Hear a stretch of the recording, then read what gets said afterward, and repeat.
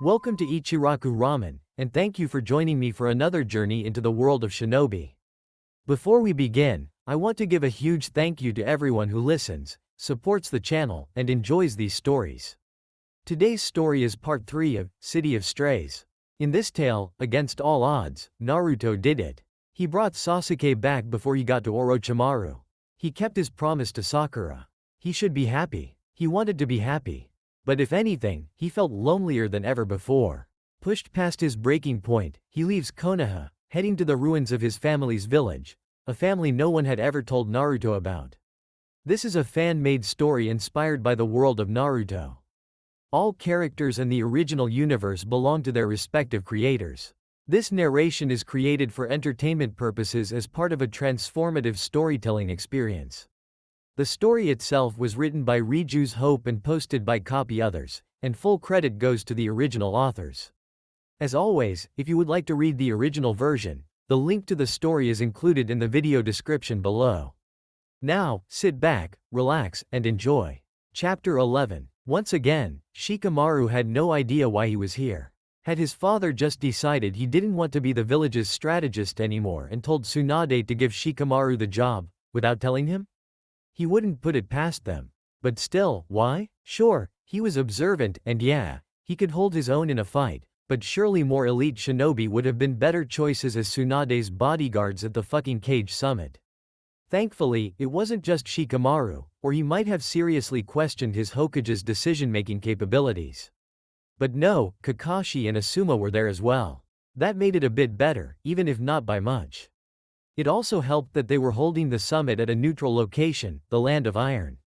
Mifune, the leader of the land's samurai, had made it clear that aggression between village leaders would not be tolerated, and that he wasn't afraid to ask a delegation to leave if needed. His anxieties were further appeased when he saw that out of the 3 Kage already present when the Konoha delegation arrived, Terumi Mei of Kirigakure, Onoki of Iwagakure, and A of Kumogakure, only A had brought 3 guards, which had been the maximum agreed upon by all in attendance. Terumi and Onoki only had 2, although the sword one of Kiri's men was holding was large enough that Shikamaru was tempted to count it as a separate person altogether. Tsunade, Mei greeted, smiling at the other woman as the blonde took her seat across the table. "How nice to see you again." Mei, the Hokage, replied, inclining her head slightly. "It's been a while. I recognize Ao, but is this a new guard of yours?" The woman's smile brightened and she nodded. "Yes, this is Chojuro, one of the 7 swordsmen of the mist. This is his first mission as my guard, and he's doing just wonderfully." Behind her, the younger man's face went red. "Well, that explained the sword, at least. What of your guards, Tsunade?" the brunette continued. "I recognize Hitaki Kakashi, of course, but who are these other 2 fine young men?"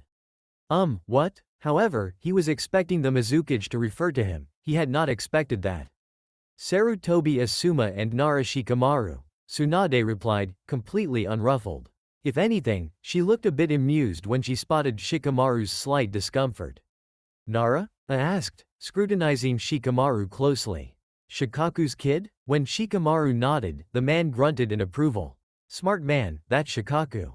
Always got right to the point, never wasted any time." Ah, so that was why Shikamaru's father was almost always included in diplomatic missions to Kumo. Shikamaru nodded, eyes drifting to the people behind the rakeage. He recognized 2 of them, C and Darui, if he wasn't mistaken, but he had never seen the 3rd before. The slender blonde woman met his gaze head-on, raising an imperious brow before continuing to scan the room. It seemed that Tsunade had the same idea as him, because she asked after the blonde woman soon after.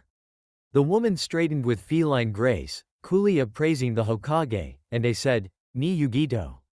I figured it might be helpful to have a Jinchuriki here, considering the reason we're here in the first place." She and B also have more information on the Akatsuki's movements than almost anyone else in the elemental nations. Before anyone could ask who he meant by almost anyone, another blonde young woman swept through the entrance with a large fan slung over her back, followed by a young man with a painted face and an older man with severe features. "Tamari," Tsunade said with a smile. "And Konkuro and Baki. Welcome." "Thank you, Tsunade-sama," Tamari said warmly, settling herself into a chair between Tsunade and Onoki. How has Konoha been faring since the last Chunin exams? Busier than ever, the older blonde replied. Many of the smaller villages are requesting our protection more often, as they are being attacked by Akatsuki members just as much as we are, if not more so. It's nothing we can't handle, and we will help whoever we can, of course, but some are unable to pay for help, or unable to even get a message out to request assistance. The Akatsuki can move very quickly when they want to, it seems. Onoki made a frustrated noise in agreement. Deidara in particular seems to be intent on causing as much destruction in Iwagakure as possible, the old man said darkly. Along with that puppet master partner of his. Sasori, Tamari said grimly. There has been a significant increase in the deaths caused by poison in recent months in Suna as well. A quiet voice broke in before anyone else could respond. Do you have any toxicologists in your village? If not, several of our doctors have been working on antidotes to Sasori's poisons, and while we aren't finished, we would be happy to share what we know with you. All heads turned towards the man who had spoken.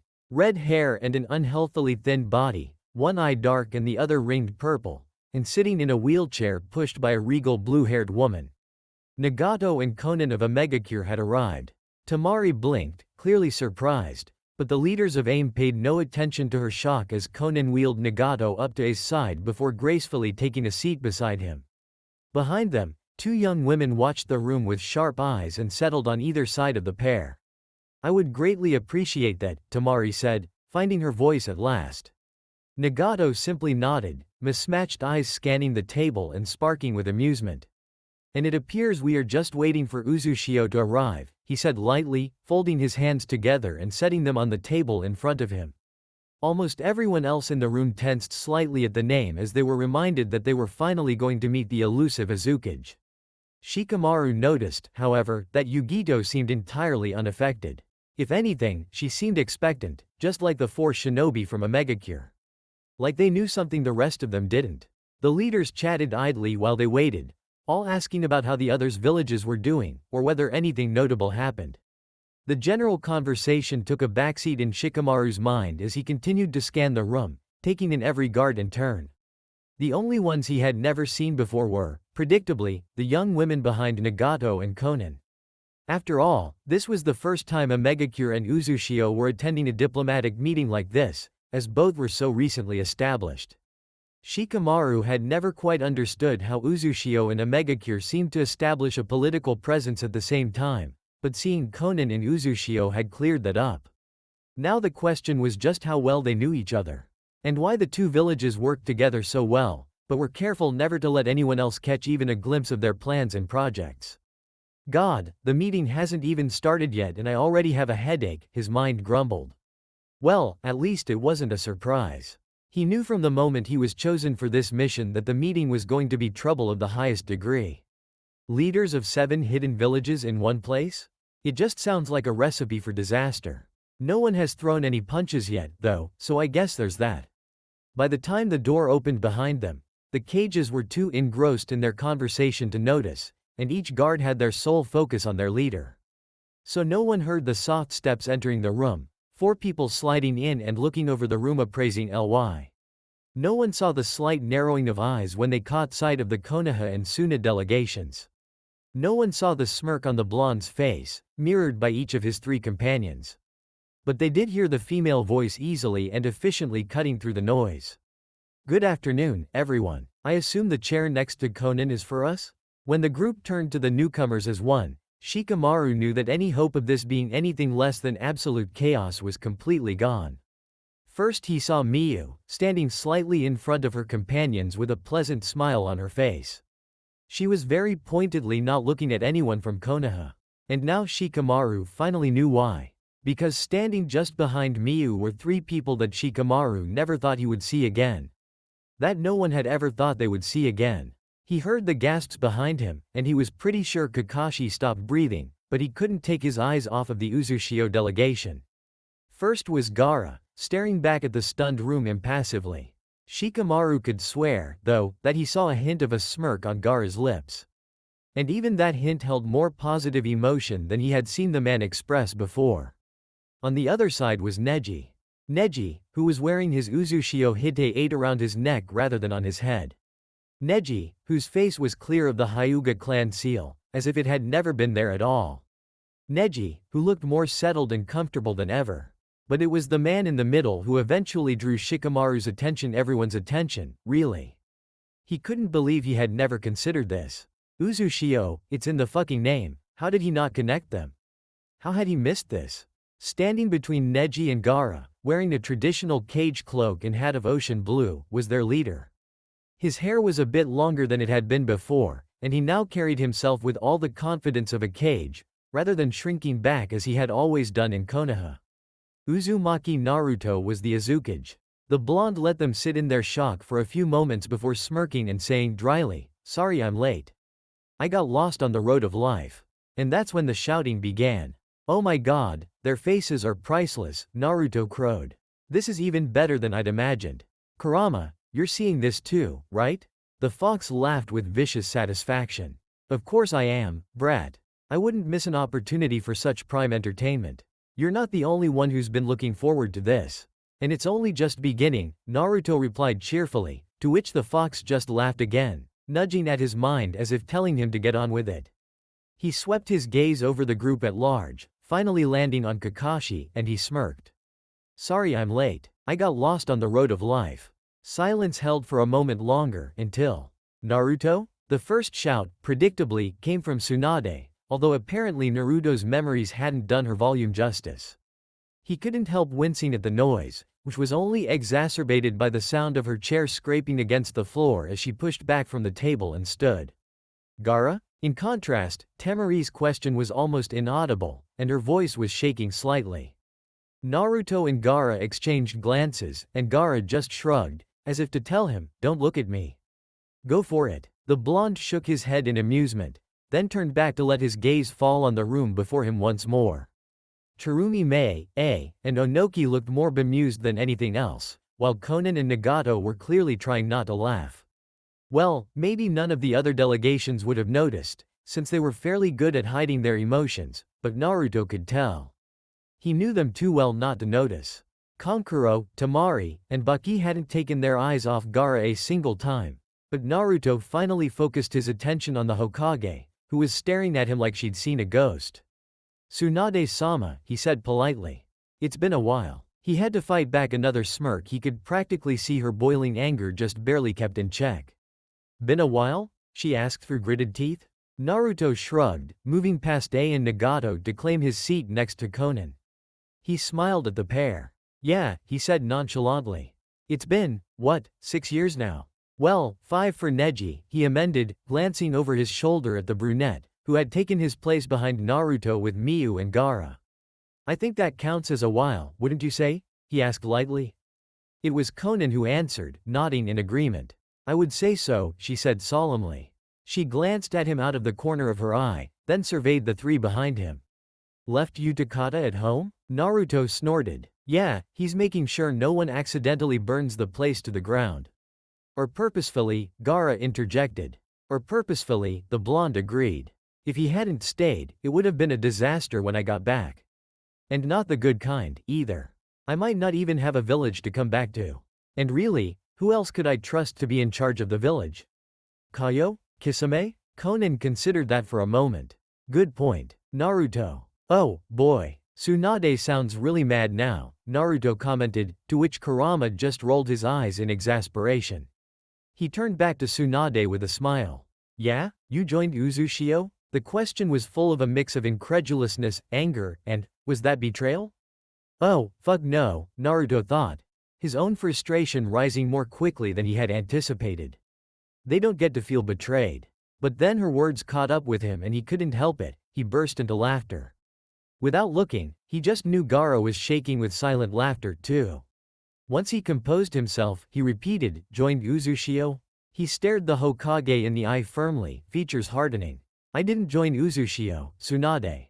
I built it. Did you really think it was a coincidence that Uzushio came back right after Gaara and I disappeared?"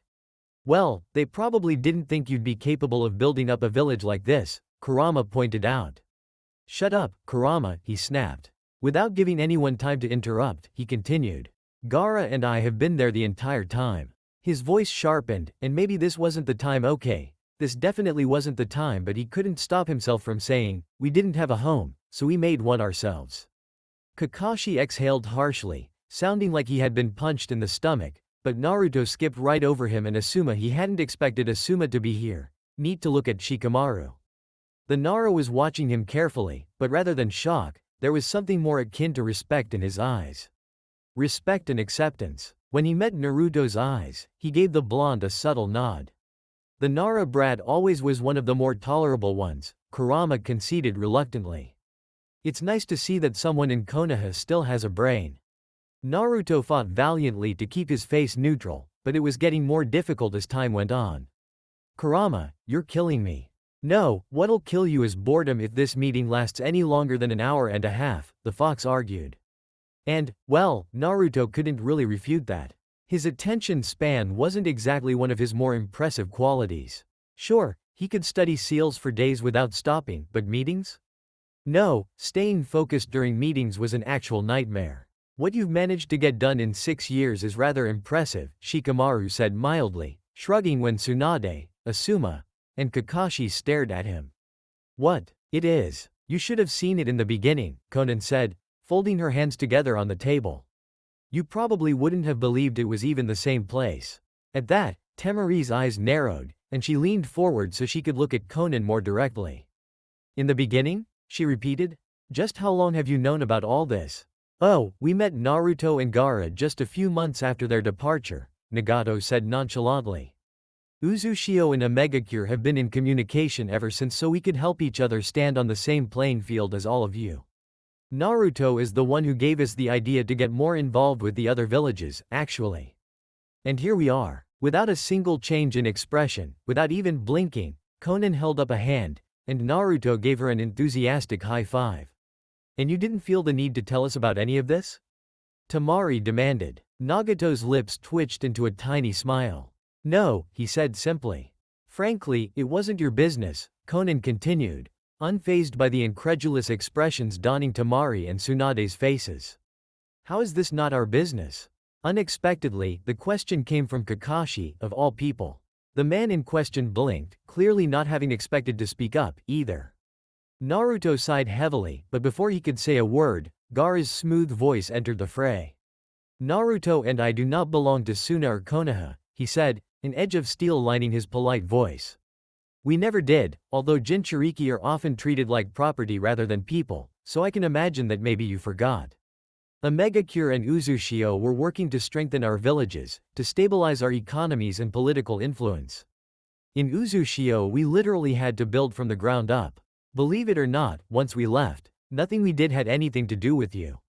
Fuck, go off, Gaara, Naruto thought, impressed, as he watched Kakashi reel back like he was taking a hit. Then why not reveal yourself earlier? Mei interjected curiously, looking suspiciously like she was enjoying all of this. Just for that, Naruto liked her already. Why all the secrecy surrounding your identity? Naruto shrugged. Part of it was that we didn't want word getting to the Akatsuki that Uzushio had multiple Jinchuriki in the village. But eventually, once Uzushio had become more stable and more capable of protecting itself, it was really just because I thought it was funny. The brunette watched him for a few moments before a peal of laughter overtook her. Goodness, I can't say I thought this meeting would be so entertaining. As fascinating as all of this is, Onoki said irritably, this is not what we came here to discuss. If we could get on with things, it would be greatly appreciated. Tsunade opened her mouth, quite possibly to protest, but Nagato spoke first. You're right, the man said, his quiet voice somehow still easily carrying across the room. We need to decide what we will do to stop the Akatsuki, and make sure they do not get their hands on the last 5 Jinchuriki. 5? Temari asked, brows furrowing. When we were discussing the summit, I was told there were 6. Han of Iwagakure was killed between then and now, Konan explained. Her gaze found Yugito's questioningly. The blonde looked to A for permission, and when he nodded, she stepped forward. B and I had been on a mission looking for Han, she said, her low voice quiet. We finally found him, but we were too late. When we found him, it looked like he had been dead for a few days at most. Now only 5 of us remain. So where is the 5th? Mei asked, glancing between Yugito and Naruto. You, Naruto, and Gaara are here, and I assume B is back in Kumo. But who is the last? Naruto leaned against the back of his chair, unconcerned. Oh, it's you Takata, he said with a cheerful smile, ignoring the way her eyes widened at the name. Right, Utakata was from Kiri, wasn't he? Don't worry, he's fine. Right now, he's probably making sure Hakuyo doesn't annoy Kisame enough to actually get himself killed, or something like that. There was a collective intake of breath around the room. There are 3 Jinchuriki in Uzushio?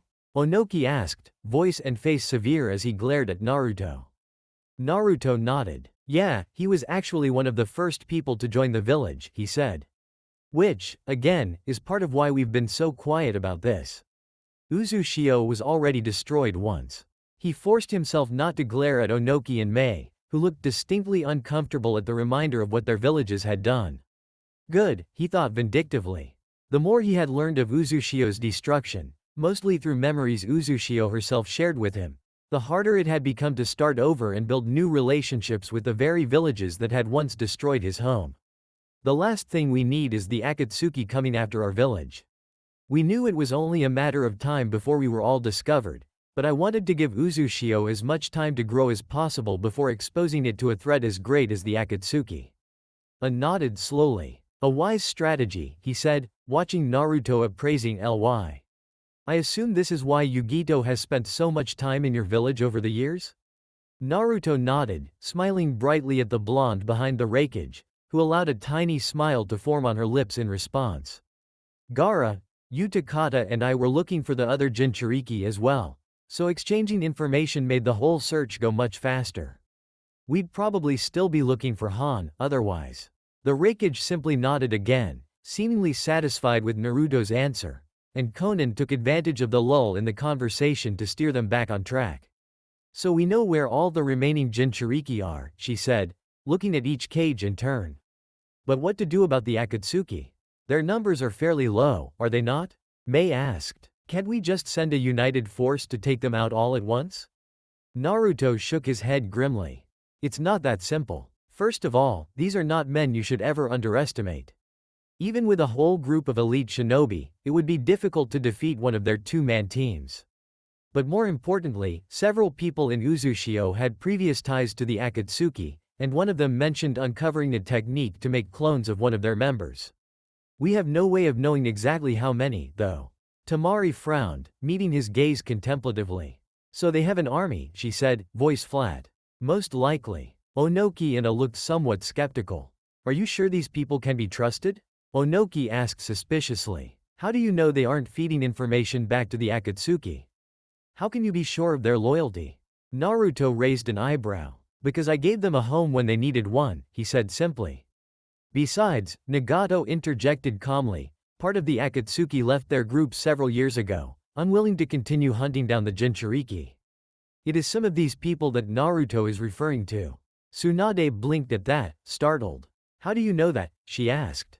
While her question wasn't suspicious like Onoki's had been, there was a definite wariness in her tone. Do you know the people who deserted? Of course I know them, it's us, Nagato replied, completely deadpan. Konan's mouth twitched, and Naruto could hear Miu's stifling laughter behind him. Meanwhile, everyone else just stared at them in utter disbelief. You were in the Akatsuki? Tamari finally sputtered, blinking rapidly and glancing between Konan and Nagato almost frantically. They used to lead it, actually, Naruto supplied helpfully. But they left with 2 other members, and those 2 are who live in Uzushio now. He wasn't exactly keen on mentioning Itachi by name just yet. He didn't actually want to give anyone a heart attack. So one day you just, decided to completely change your goals. A sounded skeptical, folding his arms over his chest as he glared at the leaders of a megacure. When Nagato nodded, he scoffed. What could possibly have prompted you to make such a big change? Konan met his eyes placidly, blinking slowly like a cat. Naruto is very convincing, she said simply, offering no further explanation. This time, Naruto heard snickering from his companions and the 2 shinobi Konan and Nagato brought with them Ajisai and Suiren. Of course you were involved. Tsunade's weary voice was slightly muffled, as she now had her face in her hands. I don't know why I expected anything different. Me neither, Naruto replied with a shrug. Actually, we met because they were hunting down Utakata and tracked him to Uzushio.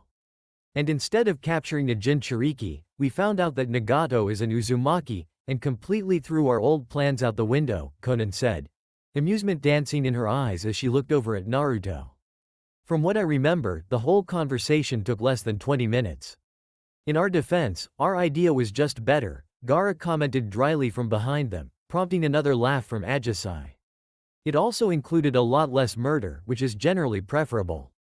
Yes, we were incredibly misguided, Nagato said dismissively, but that's not the point. The point is that Naruto's informants can be trusted, and so we shouldn't expect the Akatsuki to have anything less than a small army at their disposal. Misguided, Naruto thought, amused. Is that what we're calling kidnapping and murder these days, Kurama? Apparently so, Kurama mused. Although I do believe that at least half of why he said it like that was to see the looks on everyone else's faces. And that was true. It was pretty funny to watch Tamari mouth, misguided, in disbelief and horror. And Shikamaru couldn't look more done if he tried. What we need, then, is a plan to eliminate the Akatsuki while keeping the remaining Jinchuriki safe. Nagato continued, completely ignoring the chaos his words were leaving in their wake. God, Naruto loved his friends. It would likely be the safest option to keep all of the Jinchuriki together, Mei said, folding her fingers together with a thoughtful look on her expression. How so? I asked, frowning. If they're split up, anyone protecting them will be split up as well. We don't know where they would choose to strike first, and support likely wouldn't be able to move from one group to another with enough time to truly be of use, Mei replied, shrewd eyes flickering over each of the other leaders in the room.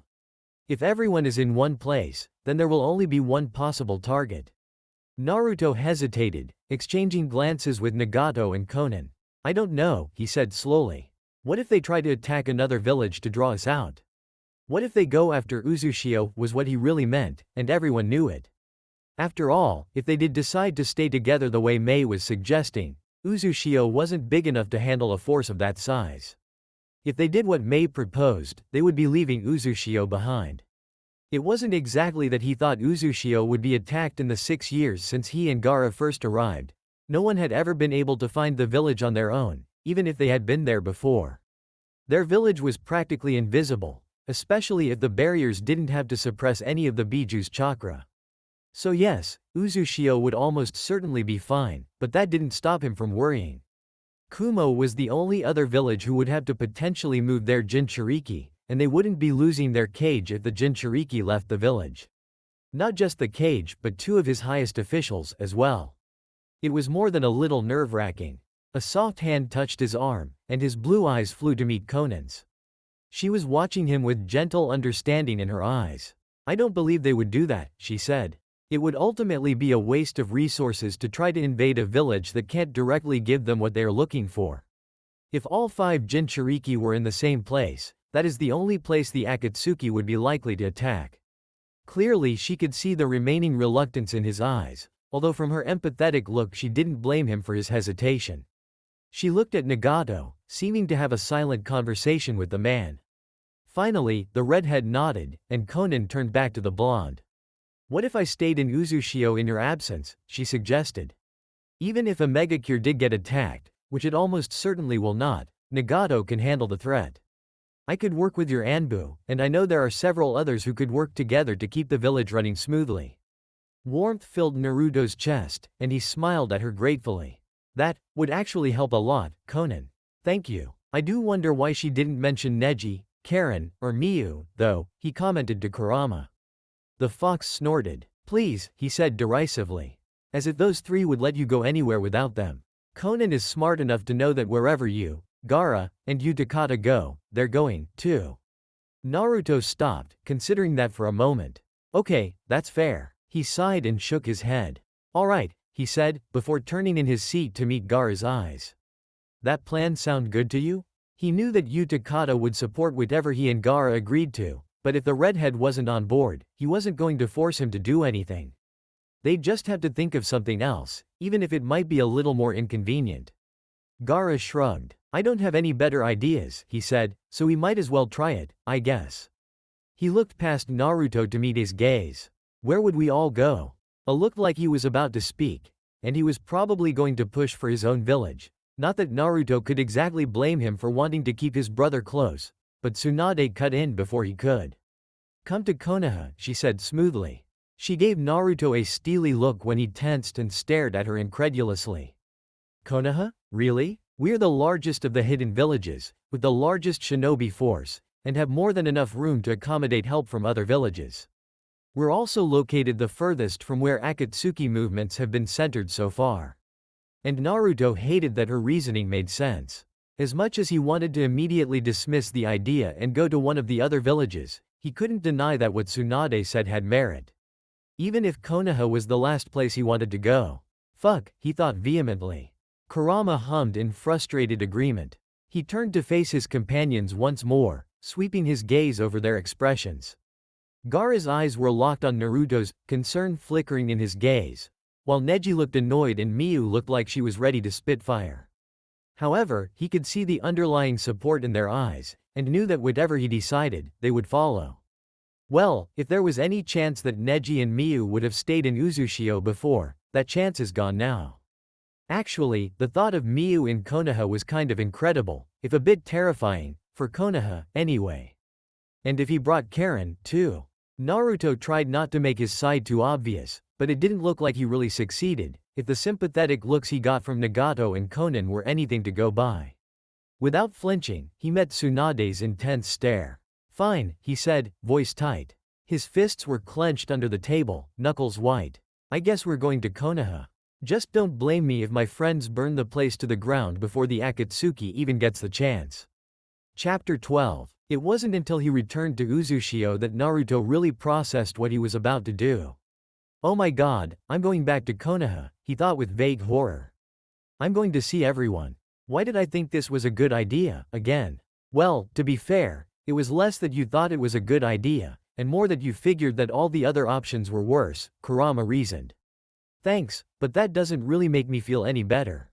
Kurama shrugged. "What about the thought of your friends ripping everyone who ever did you wrong to shreds?"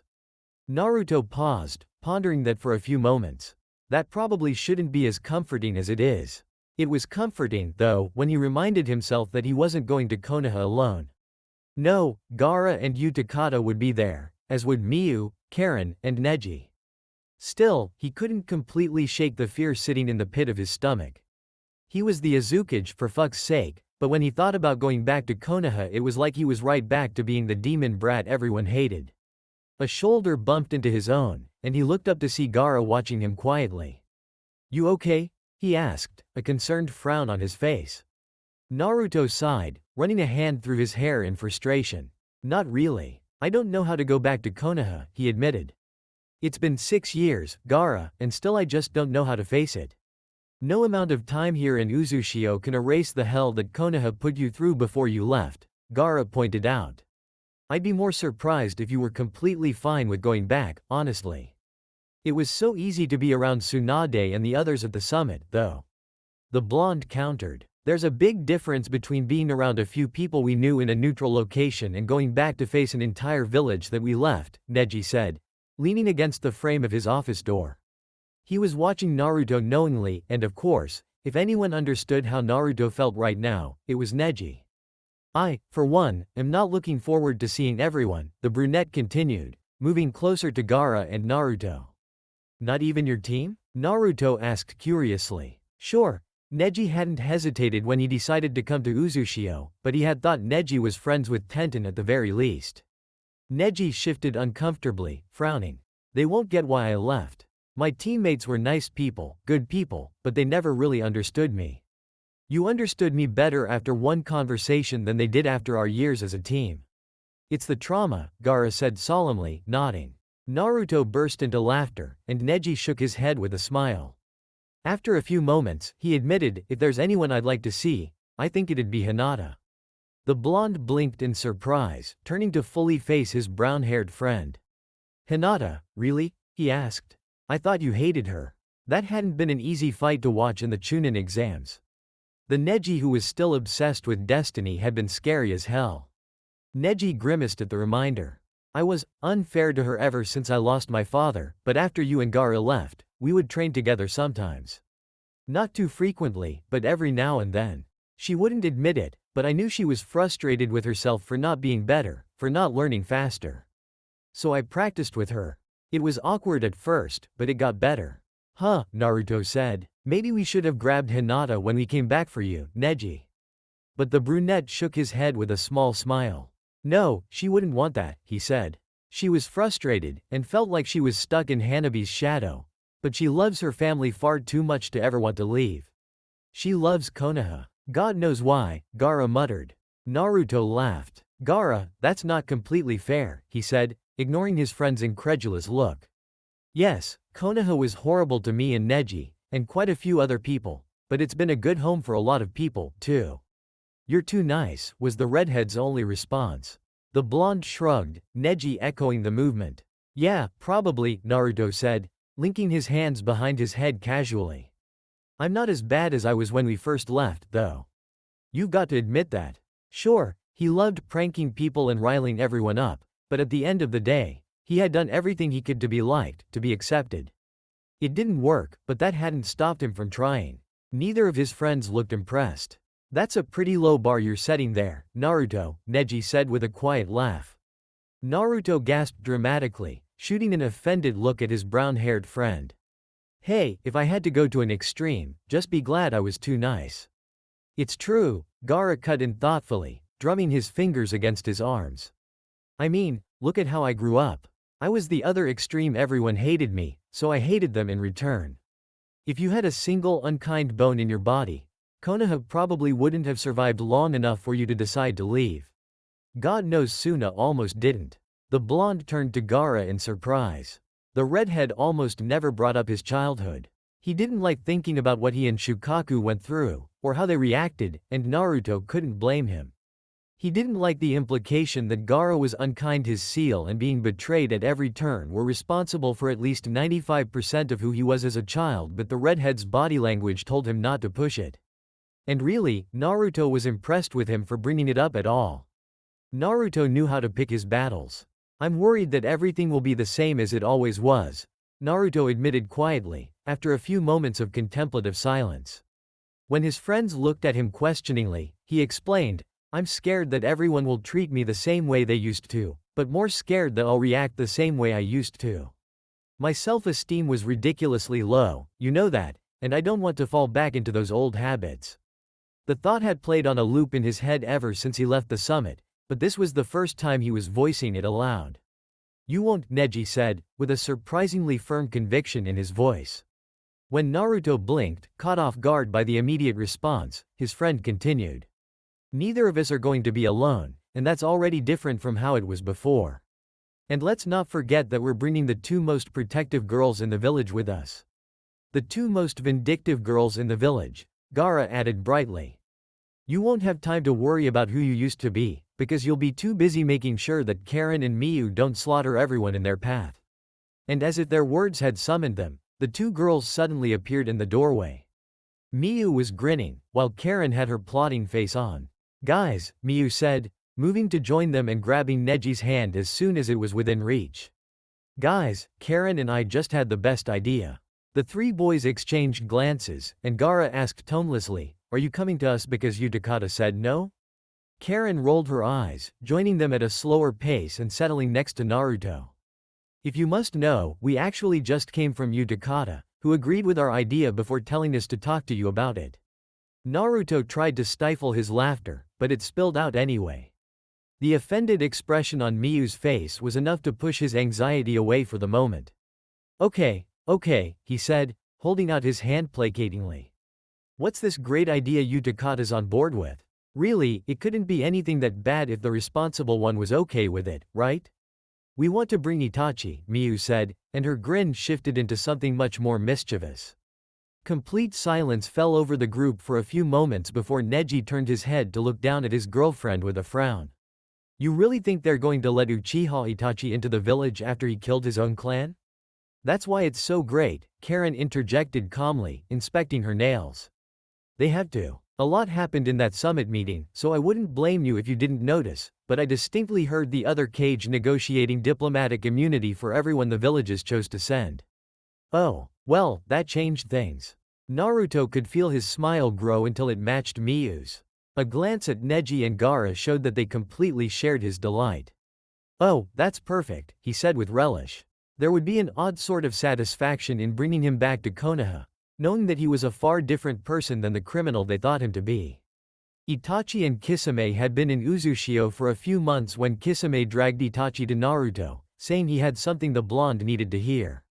After a bit more of Kisame's impatient, persistent prodding, the Uchiha finally relented. He told Naruto a story of being caught between his family and his village, of losing his cousin and being used to stop a possible coup in the most vicious way possible. Now, Naruto hadn't known Danzo well before he left, but he already hadn't liked the guy. After this, he loathed the man. He used Itachi's loyalty against him and made him kill his entire family when he was only a teenager.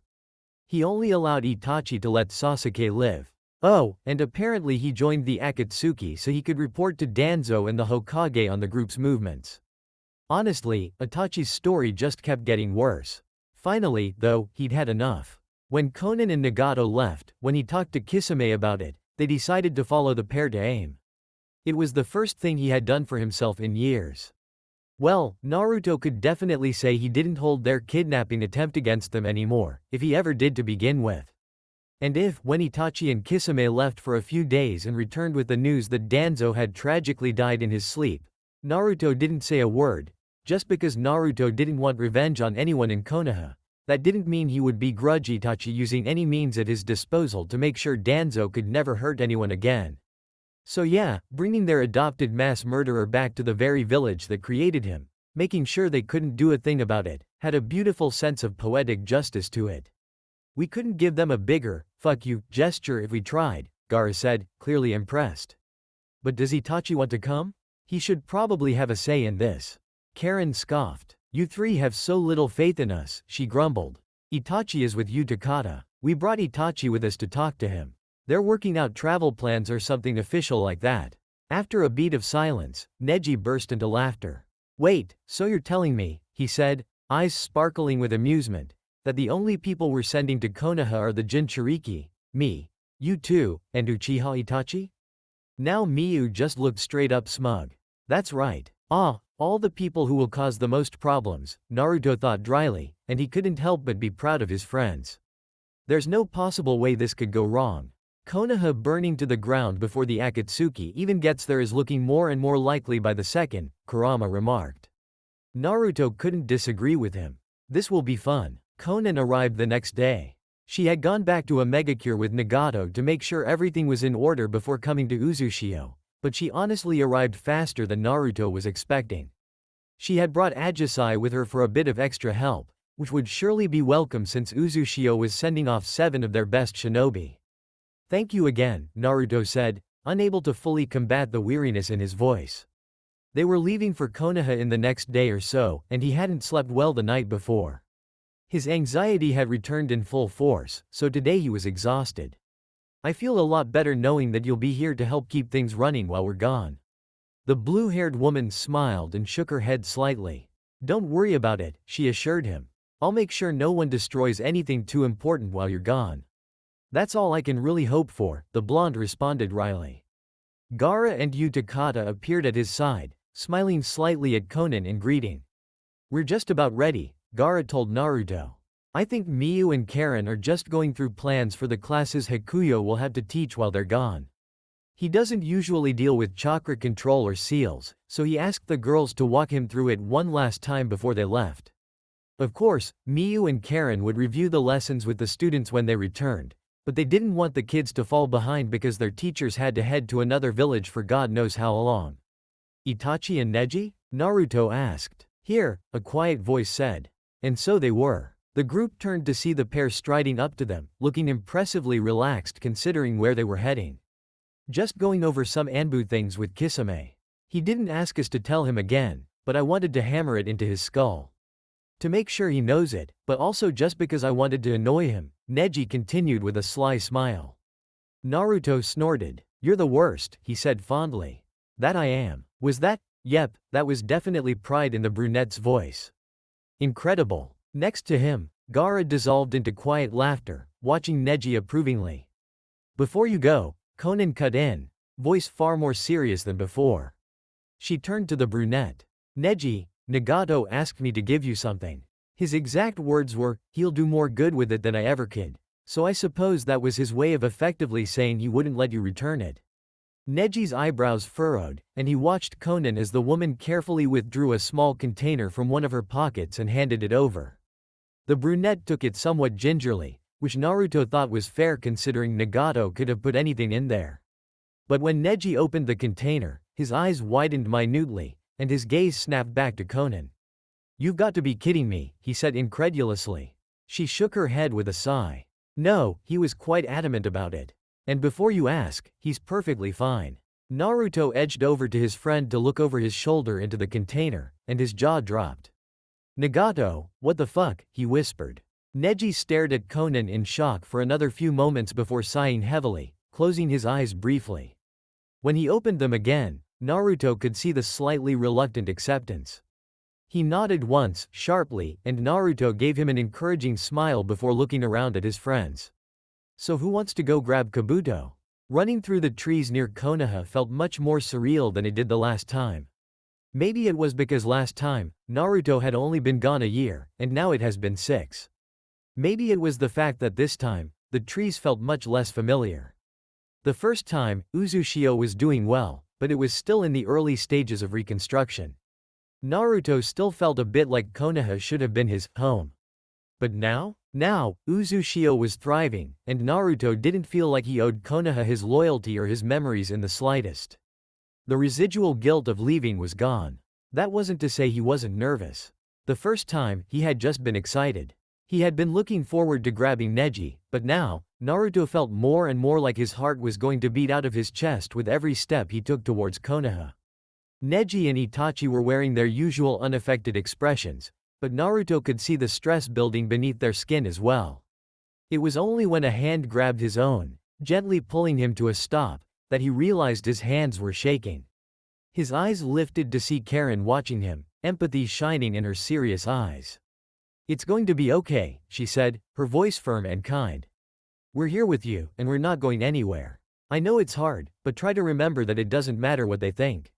You're Uzumaki Naruto, the man who rebuilt Uzumaki from ruins. You're our Izukage, and we love you. How she always knew just what to say, the blonde would never know. Naruto took a deep breath, something in his chest settling at her words. When he glanced around, a bit more of his anxiety drained away. A few yards away, Utakata and Gaara were talking quietly with Itachi, Utakata's comforting hand on the Uchiha's shoulder, and just beyond them, Miyu's arms were wrapped tightly around Neji while she spoke softly in his ear.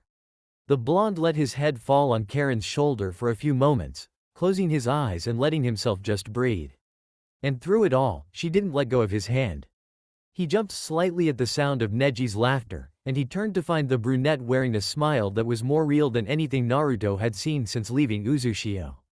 Leaning closer to Karen, he whispered, "Do you think she threatened to punch someone, set something on fire, or drop a building on the Hyuga compound?" All three, in that order, Karen responded without hesitation. After a moment of stoic eye contact, Naruto and Karen dissolved into laughter. By the time Naruto regained his composure, Miyu had lifted a gentle hand to Neji's cheek, lightly brushing the bandages covering his eye. He could hear her asking the brunette if he was still in pain, and Miyu's relief was visible when Neji shook his head with a smile. He pulled her in for a kiss, then turned in Konoha's direction with a steadying breath. Naruto could see Itachi doing the same out of the corner of his eye.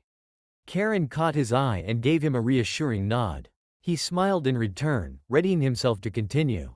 It wouldn't be long now. Soon, they'd be in Konoha. Soon, 3 men born in the village were going to confront their pasts. But they'd do so with their friends at their side. Chapter 13. Maybe the Konoha Jonin should have reacted a little more when Yamanaka Ino slammed the door to the sentry station open without warning and sprinted over to where Shikamaru was standing. But this happened often enough that they were all fairly desensitized to it by now. Whatever the case, by the time Ino crashed into Shikamaru's side, nearly knocking him over, most of the Jonin had already turned back to what they were doing.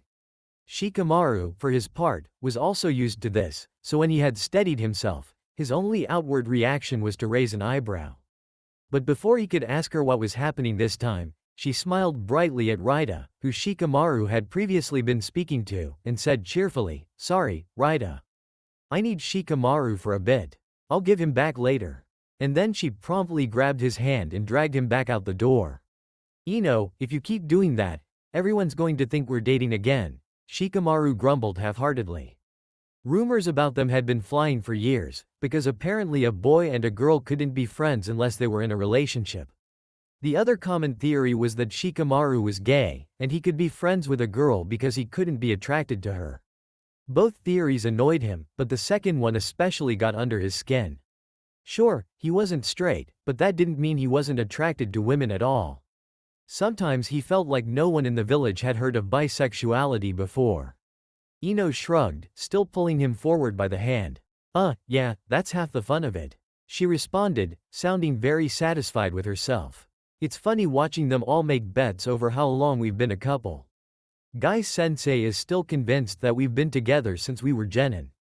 Shikamaru sighed heavily, allowing the girl to pull him, wherever they were going. He actually wasn't sure, he wasn't paying attention. "So did you actually need me for something?" he asked dryly. "Or was all that just for show?" The blonde whipped around so fast her hair nearly smacked Shikamaru in the face. A wide grin was splitting her features. The girl looked elated. "Shikamaru, they're almost here." It took Shikamaru a few moments to pick up on her implication, but once he did, his eyes widened. "How long?" he asked. He knew better than to ask if she was sure. "Like 5 minutes. Well, that explained the sprinting. I guess it wasn't all just for dramatic effect, after all," he mused. But now that he was paying more attention, he found that they were standing on a roof a few streets away from the main gates. "And you said they both looked okay?" she asked, eyes shining. The brunette sighed again. "Yes, I promise. But you'll see for yourself soon enough anyway." Everyone had done their best to keep the Azukage's identity under wraps, and for the most part, it had worked. As far as Shikamaru was aware, no one knew about Naruto and Neji except those who were at the summit, his father, Ino's father, and Ino herself. Ino technically wasn't supposed to know, but Shikamaru knew it would take her less than 3 seconds to figure out that he was hiding something from her, so he figured it would be less of a hassle to just tell the relentless woman. It was safer that way, too. She could and would use force to get him to tell her if she had to. She wasn't the daughter of the head of T&I for nothing. He liked his limbs. He'd like to keep them. Shikamaru was just glad he told her while they were out in his family's woods. Her initial shriek of excitement would have drawn a lot of attention had they just been wandering the streets of Konoha. Now, Ino knew that Naruto might not want to talk to her. Hell, Shikamaru knew Naruto might not want to talk to him. Neither of them had done nearly enough for him when they were kids. It was the same with Neji. But this wasn't about them.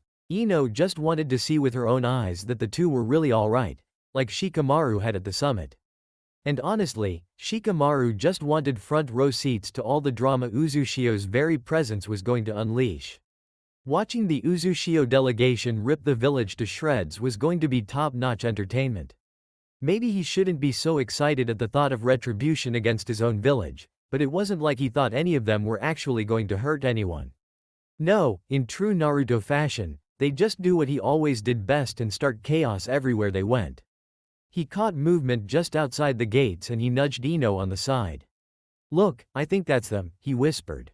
Immediately his friend stilled, and they both fixed their gazes on where Tsunade, Shizune, Shikaku, and Inoichi were waiting to welcome the Uzushio delegation. Utakata came into view first, murmuring something to Karen, who was walking next to him. The girl nodded sharply, eyes constantly sweeping around the village as they walked through the gates. He didn't doubt that she had already found several potential routes to take if they needed a quick escape. Next was Miyu and Neji, the couple walking hand in hand beside Gaara, who was looking around with vague interest. Neji had bandages over one of his eyes for some reason, which definitely hadn't been true at the summit. What had happened between then and now? It had only been, like, a week. Meanwhile, Miyu's eyes had locked onto the welcoming committee, watching them like a hawk as they approached. "Figures he'd be the last to come in," Ino whispered. So dramatic. And just as she said, right behind the trio was Naruto, looking like he didn't have a care in the world. Shikamaru could see how tightly his fists were clenched, though, the slight tension in his jaw. He couldn't even imagine what it must feel like for Neji and Naruto to return to the village they left behind so deliberately. That's when he noticed that Naruto wasn't walking alone. Walking next to the Azukage, face half cast in shadow and posture straight as a board, was the unmistakable figure of one Uchiha Itachi. He heard Ino gasp next to him, and knew she had noticed him as well. "What the fuck?" she breathed. "I mean, really, Shikamaru, what the fuck?" Shikamaru blinked a few times, then shook his head quickly. "I had no idea," he replied. "I didn't see him in Uzushio or at the summit and oh." "What?" Ino asked, turning with a slight frown on her face. "It's just, Karen mentioned that there were 2 former Akatsuki members living in Uzushio, but they didn't specify which ones, and we never asked. I suppose they didn't really want us to know that Itachi was, apparently, living in Naruto's village." Shikamaru almost couldn't believe it, but this was Naruto, and Shikamaru was inclined to think that nothing was impossible when it came to that man. Ino inhaled, preparing to respond, but Shikamaru cut her off with a shake of his head, pointing her gaze back to the gates, where the entire Uzushio party now stood in front of Tsunade. Tsunade, who was white as a sheet, eyes flickering between Naruto and Itachi, clearly reluctant to address this particular bombshell. Behind her, Shizune looked equally shocked, but Shikaku and Inoichi, while clearly surprised, also looked intrigued by this turn of events. "Naruto." Tsunade's voice was tight, and the delegation moved aside so Naruto could move to the front, Utakata settling at his right shoulder. "Welcome to Konoha. Would you care to explain why you brought a criminal into my village?" Itachi didn't react in the slightest to the epithet. Shikamaru was sure he had heard much worse, but he did notice Karen shooting the Hokage a sharp glare. Naruto, for his part, just shrugged. "Bringing some of my Anbu seemed like a smart thing to do," he said with a sunny smile. "And Neji and Itachi are 2 of my best. I almost brought a medic, too, so really you should just be glad that Kabuto isn't here, too." Shizune gasped, sputtering back to life as Tsunade processed that revelation. "You can't, Tsunade-sama, you can't be considering allowing him to stay." Naruto hadn't lost his smile, although it had gained a devious edge. He was locked in a staring match with Tsunade, so he didn't even look Shizune's way. It was Karen who swept to Naruto's left side, looking Shizune up and down and raising an eyebrow. "Oh, but she has too," the redhead said sweetly, and behind her Shikamaru could see Miyu cover her laughter with the hand that wasn't tightly intertwined with Neji's. 2 words, honey, diplomatic immunity. Next to him, Ino choked on her own suppressed laughter. "Holy shit, she just did that," she said, a hint of wonder in her voice. "Shikamaru, I think I'm in love." And just like that, Shikamaru was reminded of his first impression of Karen, thinking that she and Ino would get along like a house on fire. It looked like he was right, and he wasn't sure whether or not that was a good thing.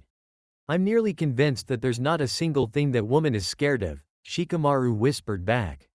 "Miyu, too." Ino gasped quietly. "Oh my god, wait, is that the girl with Neji? The one Kakashi is scared of?" A small smile worked its way onto Shikamaru's face, amusement filling him as he moved his gaze to watch Miyu and Neji instead. "Yeah, that's Miyu," he confirmed. "I'm pretty sure that she and Karen are virtually unstoppable when they work together." "Which is awesome," Ino tacked on. "But look, she and Neji are so cute." Rather than reply, Shikamaru chose to tune back into the conversation. They were eavesdropping, after all. That only really worked if they actually listened to what was said. Shizune was still staring in disbelief at Tsunade, who had just given Itachi's presence her very reluctant approval. "Wonderful," Utakata said smoothly, taking charge of the conversation with practiced ease. "Now that that's all done, is there any more official business you need us for at the moment, or should we just go and settle in?" Tsunade still looked a bit miffed, but she sighed heavily and arranged for one of Tsunade's guards Genma. Actually, probably because she knew he was already familiar with the Uzushio crowd, to show them where they'd be staying. Shizune and Tsunade then both watched in clear surprise when Genma strode up to the Uzushio shinobi without hesitation. Shikamaru was pretty sure Shizune's jaw actually dropped a bit when Genma ruffled Karen's hair teasingly and didn't get eviscerated on the spot. Honestly, Genma's easy interactions with the Uzushio shinobi still confused Shikamaru, but he had just decided not to question it. At least someone from Konoha was on good terms with them. Ino suddenly stiffened next to him. Shikamaru, she started slowly, turning to face him again. When he raised an eyebrow in question, she said, "They're staying at the lodgings close to your family's compound, right?" "Yeah," he replied, confused. "Why?" She bit her lip, something like dread on her features. "And does Team 7 still use that one training ground that's also close to your family's compound?" Her implication hit him like a ton of bricks, and he groaned. "Ah, fuck." He took a deep breath, watching the Uzushio group start walking off, then turned back to Ino. "Should we go make sure no one dies?" he asked wearily. "You think it'll be that bad?" she asked, a slight frown on her face. He stopped moving for a moment to give her an unimpressed look. "It's Team 7, Ino. I know it'll be that bad." And with no further argument, they were gone, just hoping to get to the training ground before the Uzushio crew passed by. "Your past is about to sucker punch you in the face, Naruto. I just hope you're ready for it." Having Genma as their guide through Konoha was extremely lucky. Neji figured it could have been a lot worse. At the moment he was bantering with Karen and Gaara, whose presence Genma had accepted without even blinking. But that did nothing to loosen the knot of anxiety in the brunette's chest. If there was one thing he knew, it was that his luck never lasted, so he fully expected everything to fall apart within the next hour. He wasn't sure how, and he wasn't sure who would be involved, but it was certainly coming. Honestly, giving it an hour was probably a bit generous, but Neji wanted to at least try to be optimistic. A light tug on his arm pulled him out of his thoughts, and he turned his head to find Miu smiling up at him. "So, on a scale of 1 to Kabuto when Suigetsu accidentally destroyed all the medical records at the hospital, how stressed are you?" In spite of the tension roiling within him, her words helped bring a small smile to his lips. "Gaara, when we asked him to run a genin team, he responded seriously." "Okay, cool, so we're not in the danger zone yet," she said, bumping her shoulder against his playfully. And even though he could tell that she was constantly aware of their surroundings, always ready for anything, she was still genuinely relaxed. Her ability to maintain her upbeat, energetic nature in even the most stressful situations had always impressed him. She and Karen were remarkably good at keeping their head under pressure. That was why they helped Utakata so much. As they approached an area near the edge of the village, Genma explaining to Utakata that their lodgings would be near the Nara clan compound, Karen straightened, eyes zeroing in on the path before them. "Naruto." Everyone stopped immediately, hearing the tense note in her voice. Naruto turned to her with a concerned frown, but Neji was pretty sure he knew what she was going to say before she even opened her mouth. She was their best sensor, after all. "Hitaki's up ahead," she said shortly, a dangerous aura gathering around her. "There are a few other people with him, and considering how similar one of the chakra's signatures feels to Itachi's, I think I know exactly who it is." Naruto's next breath was noticeably shaky, and he ran a nervous hand through his hair. "Well, I guess we need to get this over with at some point," he said after a brief moment of hesitation, forcing a laugh. "I guess sooner is better than later, right?" Next to him, Itachi's expression hadn't changed, but his face had paled slightly. Next to Utakata, Genma's face was grim. "I'm sorry," he said, and he did sound genuinely regretful. "I forgot that they usually train over here, or I would have warned you." Gaara shook his head. "It's not your fault," he said firmly. "It's not like you knew who we were before we came. And like Naruto said, we'd need to see them eventually, anyway. Might as well do it while we're all together." Naruto's shoulders lost some of their tension at the word, "together," and he drew in another breath before nodding decisively. "Lead the way, Genma." Genma hesitated for another moment before nodding with a sigh. Neji noticed Karen quietly slipping into the space between Naruto and Itachi, touching their arms briefly as they all began moving again. Funny, anyone who looked at the trio would probably think Naruto and Itachi were taking care of Karen, rather than the other way around. And they couldn't be more wrong. Soon enough, they reached the walkway at the edge of a training ground.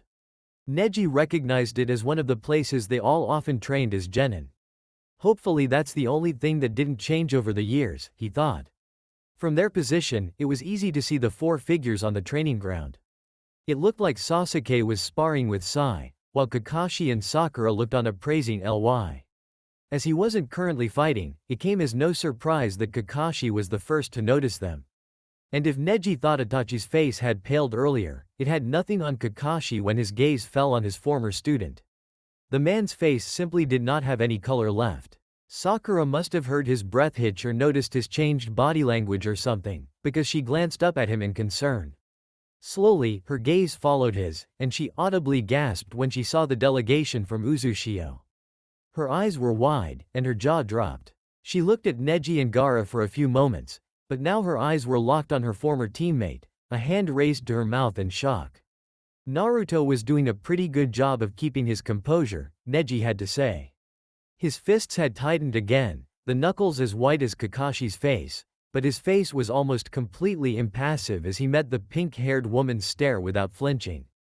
Neji saw Sakura's jaw working, and when her hand dropped, and her mouth opened, he whispered to Miyu, "Here it comes." "Naruto?" The cry ripped through the air, freezing time around them for a brief moment. "Damn, tell the whole village, why don't you?" Gaara grumbled, and Miyu snorted even as she watched the pink-haired woman like a hawk. "Ever heard of discretion, Sakura?" At Sakura's exclamation, Sasuke had absolutely frozen, seemingly unable to move in his surprise. Sai had already started another attack, though, and he was too close to pull it back, so Sasuke ended up with a nasty kick to the side. He stumbled but didn't fall, which Neji could admit was no small feat. Sai was deceptively strong. Slowly, as if unsure of what he would find, Sasuke slowly turned to face the newcomers. Dark eyes settled on Naruto, and instead of gasping like Sakura, Neji was pretty sure the Uchiha just stopped breathing entirely. He looked like he couldn't believe what he was seeing, which was fair, honestly. But then his eyes flicked to Naruto's side, straight over Karen, and settled on Itachi. In an instant, pure rage twisted his features, and he snarled, "You."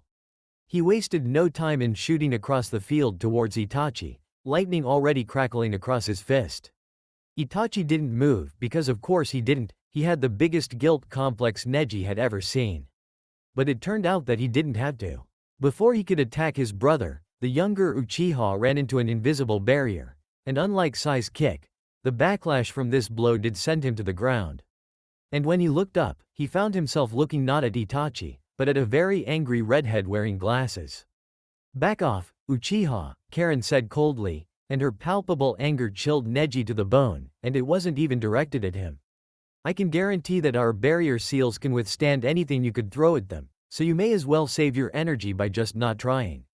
"He's also breaking the law," Gaara pointed out helpfully, blinking innocently when Sasuke turned to gape at him in disbelief. Karen smiled dangerously at the dark-haired man before her. "Oh, that's right. If I were any less forgiving, I could have you arrested where you stand, and no one would be able to do a thing to stop me." "What are you talking about?" Sakura asked somewhat fearfully, her and Kakashi having followed Sasuke up to the group from Uzumaki. "Allow us to introduce ourselves," Utakata said politely, although he too had moved to stand slightly in front of Itachi. "We are a diplomatic delegation from Uzumaki. Tsunade-sama graciously offered us refuge until the hidden villages rid themselves of the threat of the Akatsuki. All of the Jinchuriki will be waiting it out here," Naruto said with a casual shrug.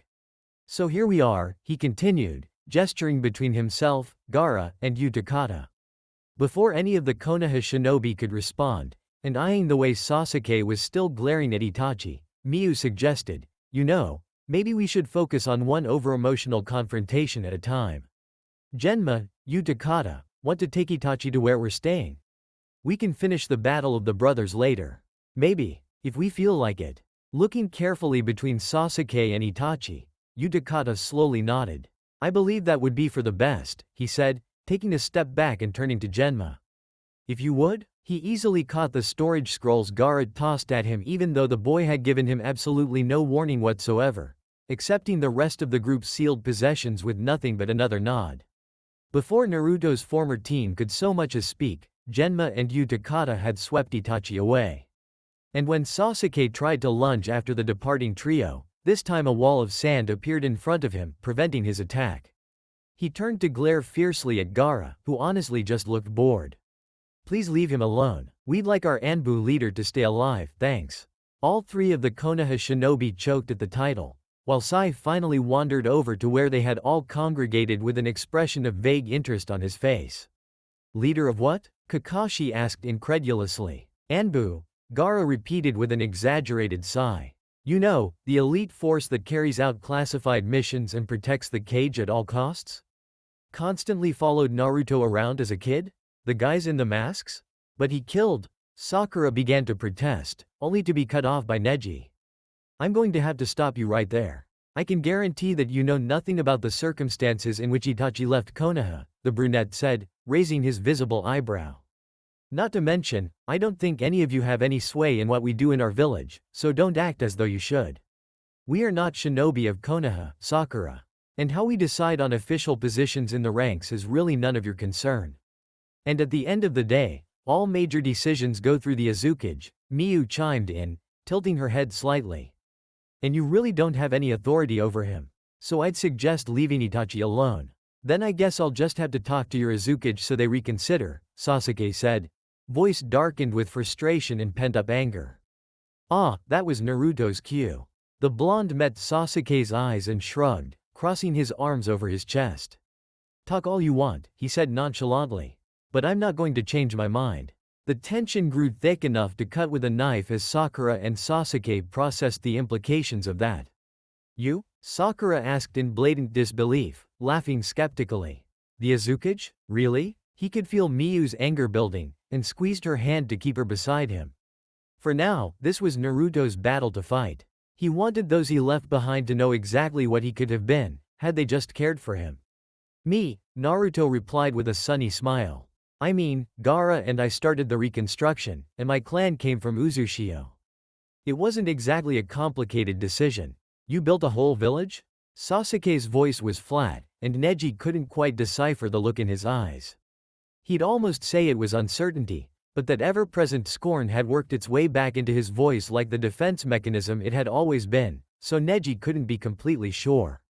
Are you serious? Well, we had help, Gaara interjected, rolling his eyes. More people came to Uzumaki as time passed, so I'm not really sure why you're so surprised. But you. Sakura now sounded indignant, but also slightly confused. Sakura, Kakashi reprimanded, glaring at the pink-haired woman, probably trying to salvage the situation so they didn't drive Naruto even further away. It was a nice sentiment, but Team 7's relationship was a ticking time bomb. Kakashi was only delaying the inevitable explosion. Besides, Kakashi could easily confirm what Naruto was telling them, so Neji really didn't know why he hadn't spoken up yet. The smile finally dropped from Naruto's face, and he frowned at her. I am me, yeah, he replied coolly. That's usually how that works. What about me makes this so impossible for you to believe? I just don't see how the dead last kid from the academy could possibly be capable of building an entire village, let alone leading one. Sasuke looked like he wanted to take back the words as soon as they left his mouth, but the damage had been done. Naruto's face fell into a carefully blank expression. He took a careful, deep breath, paused for a moment, then said shortly, you know what? No, I don't need to deal with this. This shit is why I left in the first place, and like hell am I going to sit here and take it again. I'm gonna go find someone that doesn't make me want to bang my head against a wall. He glanced at Karen, who nodded wordlessly, and in a shunshin Neji's Azukage had disappeared. What the fuck was that? Oh, Neji knew that tone. When he looked to his side, Miyu was so mad he was almost surprised her hair wasn't flying with the force of it. You have no idea what he's capable of. You never gave him the chance to show you, she hissed furiously. We were on his genin team. Sakura protested, instantly defensive. All he did was joke around, and he never got anything right. How are we supposed to believe this? The next thing Neji knew, he had thrown his arms around Miyu's waist, forcibly holding the girl back as she tried to leap forward and punch the girl. She didn't fight him, stilling the moment he touched her, but he could still feel her rage simmering, lying in wait. He noted distantly that Kakashi was slowly edging away from Sakura. Smart man. Neji, why won't you let me punch her? The redhead in his arms snapped. She deserves it, come on. Not arguing with you there, love, but I don't think you'd stop at one punch, Neji replied fondly. I don't think that tearing one of Konoha's shinobi to shreds on the first day is really the best way to make a good first impression. Fuck first impressions, Miyu hissed. Why do we have to be the better people here? Why do we always have to take the high ground? Can't I mess them up just a little bit? Neji was pleased to see that both Sasuke and Sakura looked more than a little scared of the dangerously still girl wrapped in Neji's arms. Good, he thought with vicious satisfaction. No, wait, I'm with Miyu on this one, Gaara said thoughtfully, eyes roaming over Team 7 impassively. Let her have this. It'll be cathartic for all of us. Sakura flinched slightly at the dark glint in the Jinchuriki's eyes. No, Karen said vehemently. No one will be punching anyone today. Neji appreciated the emphasis on that last word there. She turned to look Miyu dead in the eye and said calmly, I've got this. Oh, shit, Neji thought, both amused and apprehensive. Meanwhile, Karen's words had immediately prompted a dramatic shift in his girlfriend's mood. Miyu was practically vibrating in his arms, but now it was out of anticipation rather than anger. The brunette saw Kakashi, Sakura, and Sasuke relax slightly when Karen stepped forward, thinking the worst of the storm had passed, and Neji felt a small stab of pity for the trio. They have absolutely no idea what they're up against. Miyu was nothing short of devastating in any physical fight, but Karen's arena was verbal altercations. As such, Karen may have stopped Miyu from physically obliterating the trio in front of her, but when she was done with them, they might wish they had just taken the beating instead. What's Naruto's favorite color? Everyone seemed thrown off by the odd question except for Miyu, who Neji had hesitantly released in favor of taking her hand again. Sasuke watched her suspiciously but said, orange, like that suit he never took off as a genin. Wrong, Karen said, tone clinical. His favorite color is blue. Ocean blue, specifically. It always has been. He only wore orange to get people's attention. Second question, why did he act out in class so much? Sakura rolled her eyes. Because he was bored and didn't understand any of it anyway. Wrong, Karen said again, this time more harshly. He figured that even if people hated him for being disruptive, at least then he knew why everyone despised him.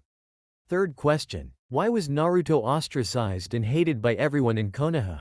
Neji saw Sasuke flinch slightly at the word hate, and he gritted his teeth. Whether the dark-haired man had changed or not, and that remained to be seen, Neji didn't think he could ever forgive Sasuke for telling Naruto to his face that he hated him, right after Naruto risked his life to bring Sasuke home. Sakura shrugged, but seemed a bit more unsure of herself now.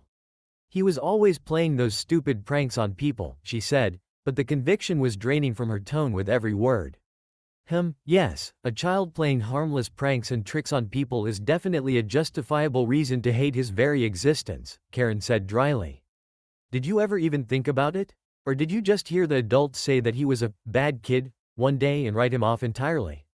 As far as I'm aware, the only kids who weren't horrible to him were Hinata, Shikamaru, and Choji. And even then, I could have done much more, but didn't. Almost everyone jumped at the tired, rueful voice that appeared beside them. Shikamaru himself stood there, hands in his pockets, accompanied by Yamanaka Ino, who practically had stars in her eyes as she looked at Karen, clearly impressed by the verbal lashing she was doling out. The redhead met her head-on with a calculating stare, scrutinizing the blonde for a few moments before nodding and turning her attention to Shikamaru. At least you'll admit it, Gaara said mildly. That's more than most have done. Shikamaru shrugged with a sigh. He looked uncomfortable, but it seemed to Neji like his discomfort was more due to the attention on him, and not the fact that he was admitting his previous mistakes. I always did like him. It's true, the Nara said matter-of-factly. He turned to Team 7 and raised an eyebrow. And if you still don't believe Naruto is the Azukage, you're wrong. I was at the Cage Summit, you know. So was Kakashi. We both saw him there, and he was definitely the leader of Uzumaki. Finally, Neji thought in exasperation. Thank you, Shikamaru. Sakura's jaw dropped, and her eyes snapped to Kakashi for confirmation. He, too, looked uncomfortable with the attention, but he nodded after a few long moments. It's true. Neji would have appreciated a more emphatic endorsement from Kakashi, but at the moment he'd take what he could get. Besides, it was quite satisfying to see the dumbfounded and slightly guilty looks on Sakura and Sasuke's faces as they finally processed that their former teammate truly was the leader of Uzumaki. From the sharp grin on Miyu's face, she clearly felt the same. Karen took this as her cue to jump back in. You are embarrassingly arrogant and ignorant if you believe that you ever truly knew Naruto, she said icily. Everything he did was to try to gain some scrap of approval, of attention, of love from literally anyone in this godforsaken village. He left because he finally realized that he would never get what he needed here.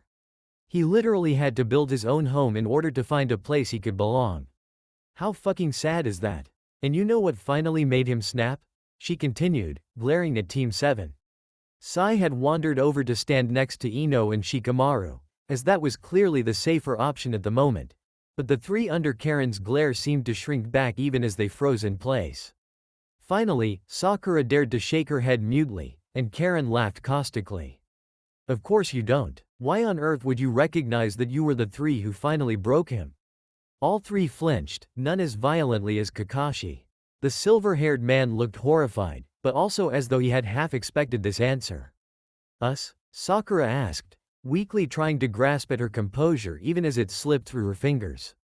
We were his team. Karen smiled, and that little smile was more chilling than any glare she could have given them. Yes, you were, she said. You were the three people he thought he might finally be able to count on. And what did you do? She let her heavy gaze fall on Kakashi first. You neglected him. Sakura next. You ridiculed him. Finally, she turned to Sasuke. And you, she said venomously. You, the boy he had just risked his life to bring back home, told him that he was holding you back. That you didn't want to see him. His eyes dropped, unable to meet her gaze in his discomfort and slowly growing guilt. His failure to look at her, though, only made her scoff. What, did you think that telling him you hated him wouldn't have any effect? She asked scornfully. All eyes shot to the Uchiha Shikamaru, Ino, Kakashi, and Sakura staring at him in shock. Ah, so they hadn't known exactly what the boy said to Naruto. The realization didn't do anything to make Neji feel any better about their fucked up team. It was far too late to take back any of the words that had been carelessly flung at his best friend. Karen kept going, relentlessly steamrolling over the growing tension. So yes, you were his team. And because you were his team, you were the ones who hurt him the most. Enjoy living with the knowledge of what Naruto could have been here if you had simply given a shit about him. With one last icy glare, she turned her back on the three and looked at Gaara instead. You done here? Gaara shrugged. You about summed it up, yeah. Wanna go help Utakata unpack? At the girl's sharp nod, he turned away without even sparing a glance at the dumbfounded Konoha shinobi behind him, walking casually at Karen's side as the girl moved down the street. Neji looked down at Miyu, whose eyes were burning with satisfaction, and asked, shall we? Yeah, just give me 1 second. Miyu disentangled her fingers from Neji's, and before he could even think to try to stop her, she had stepped forward and delivered a solid roundhouse kick straight to the side of Sasuke's head. He went down hard, and with a radiant smile, she said, Karen may have told me not to punch any of you, but she didn't say a word about kicking your asses. Knowing Karen, the girl had definitely left that loophole open, hoping that this would happen. Miyu spun around and returned to Neji's side with a grin, grabbing his hand once again. Okay, we can go now. Neji's shoulders shook with suppressed laughter, and he pressed his lips to her temple quickly. Whatever you say, love. Yes, maybe it had only taken about 3 seconds for disaster to strike once they arrived in Konoha, but the brunette couldn't say that it wasn't entertaining to watch. If all of their other interactions went like this, maybe being back in Konoha wouldn't be so bad. Chapter 14. After their confrontation with Team 7, the Uzushio crew had all holed up in the rooms Tsunade provided, deciding to just call it a day. The next day, though, they were all heading out once again, ready to wreak havoc on unsuspecting citizens. Well, really, they were unexpectedly dropping in on old friends, but that didn't sound as fun. Naruto linked his hands behind his head, grinning at the friends by his side. Alright, I think we're good to go. Try not to cause any major explosions before noon. And yes, Miyu, I'm including emotional explosions in that. Miyu frowned in disappointment, but nodded in acquiescence all the same. Rather than moving as a pack today, they were splitting off into smaller groups. Miyu and Gaara were going with Neji. Itachi was going to show Utakata around Konoha, discreetly, since it wasn't like the man could just walk around the village openly yet, not without causing a mass panic, anyway, even though he was allowed to be here. And Karen was sticking with Naruto.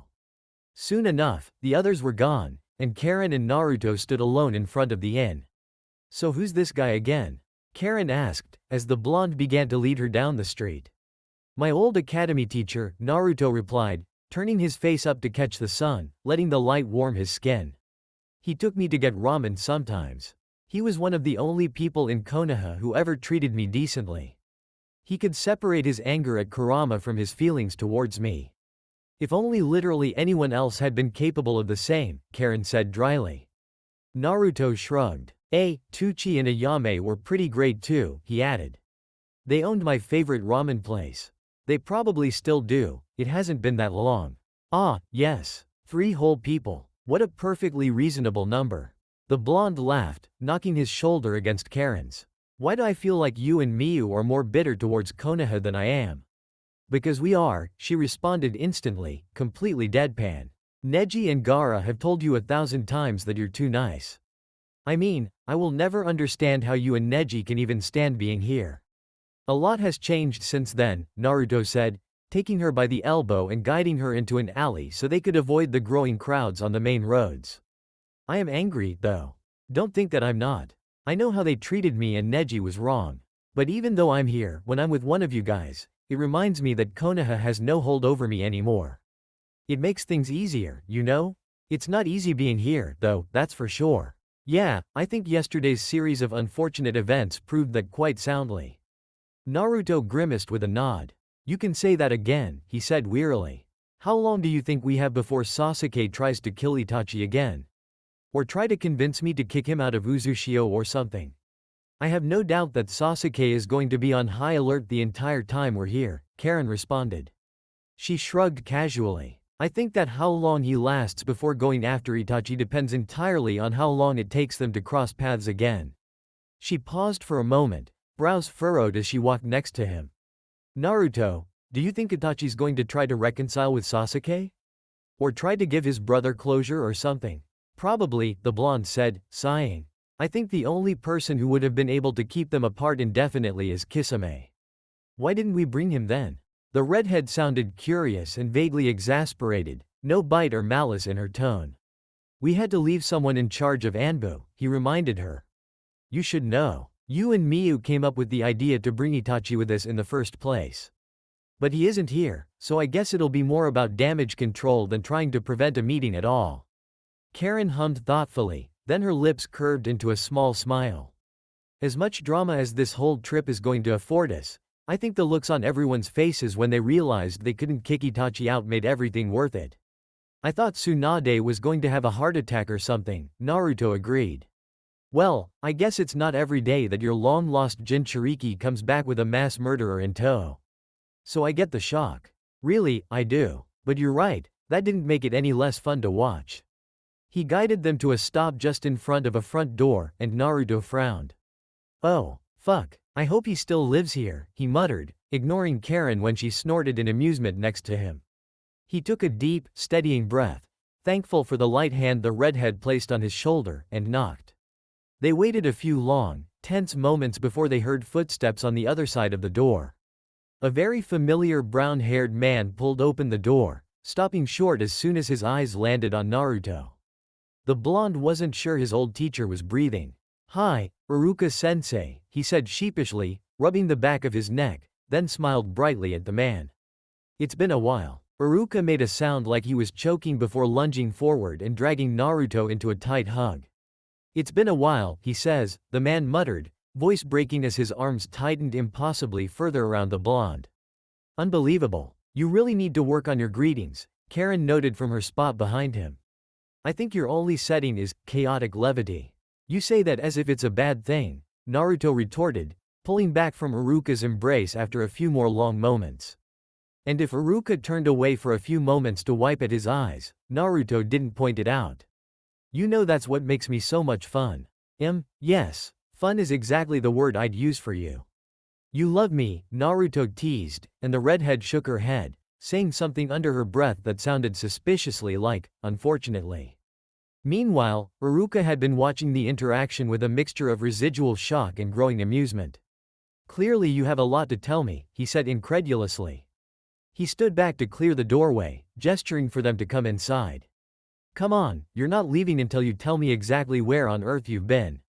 Oh, that's easy, Naruto said cheerfully, walking past his teacher into the familiar apartment.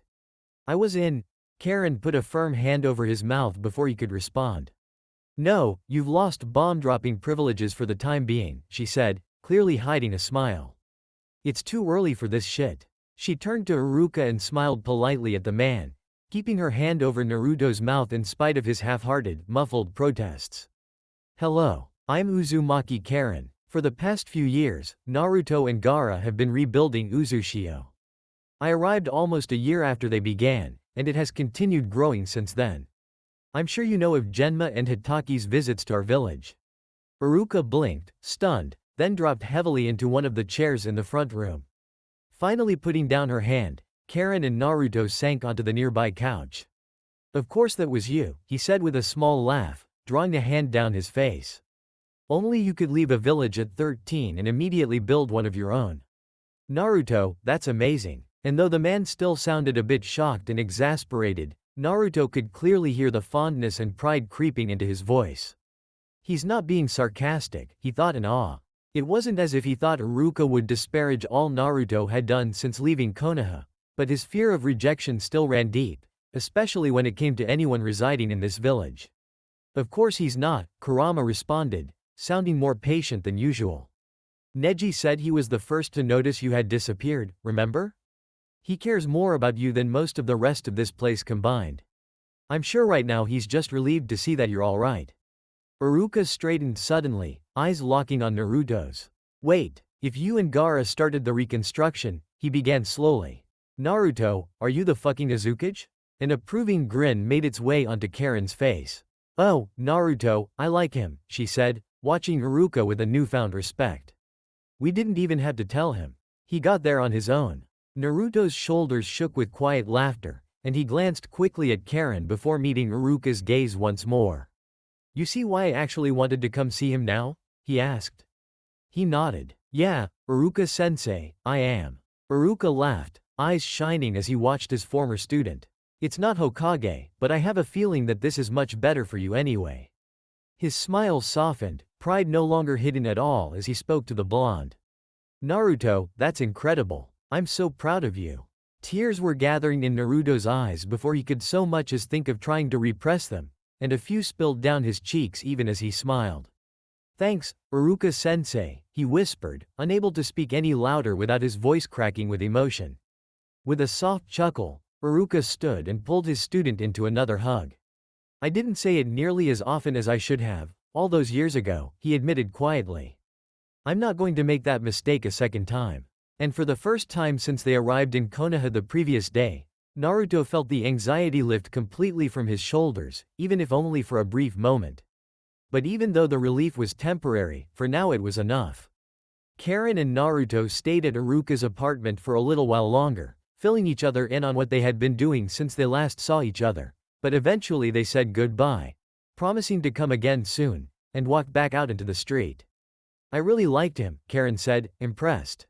I wasn't sure he'd live up to how you described him, but he actually did. Naruto laughed, feeling lighter than he had all day. Okay, yes, I am too nice, he admitted, but I do know when someone is genuinely being nice to me. He caught Karen's raised eyebrow and amended his statement slightly. I know now, anyway.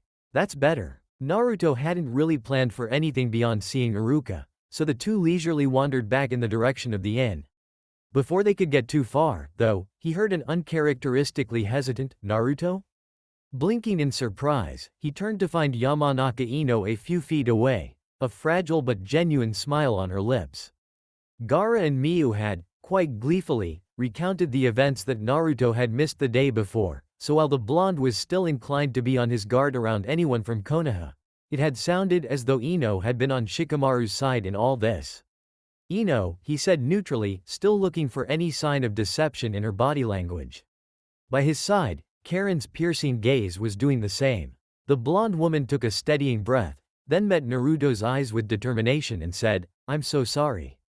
Naruto frowned. He hadn't expected that. Wait, what?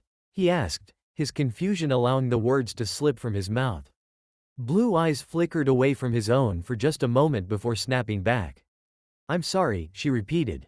I know that doesn't change anything, and an apology can't fix everything this village has done to you, but I'm sorry for my part in it.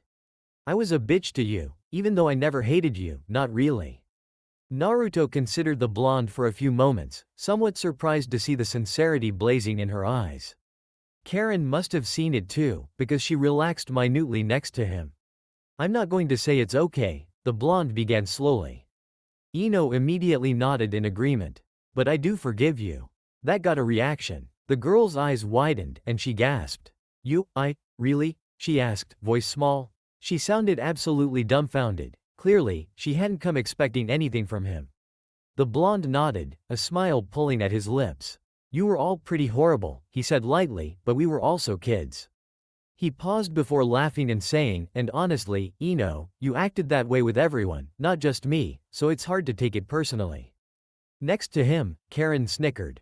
She wasn't looking at Ino with the same approval she had given Iruka, but the hostility was gone at the very least. It was now replaced with blatant interest. You're also the first to apologize, he continued with a shrug. From what Miyu was saying, Shikamaru probably hasn't, only because we haven't run into each other yet, but you're still the first. Thank you for that. It's true, Ino admitted.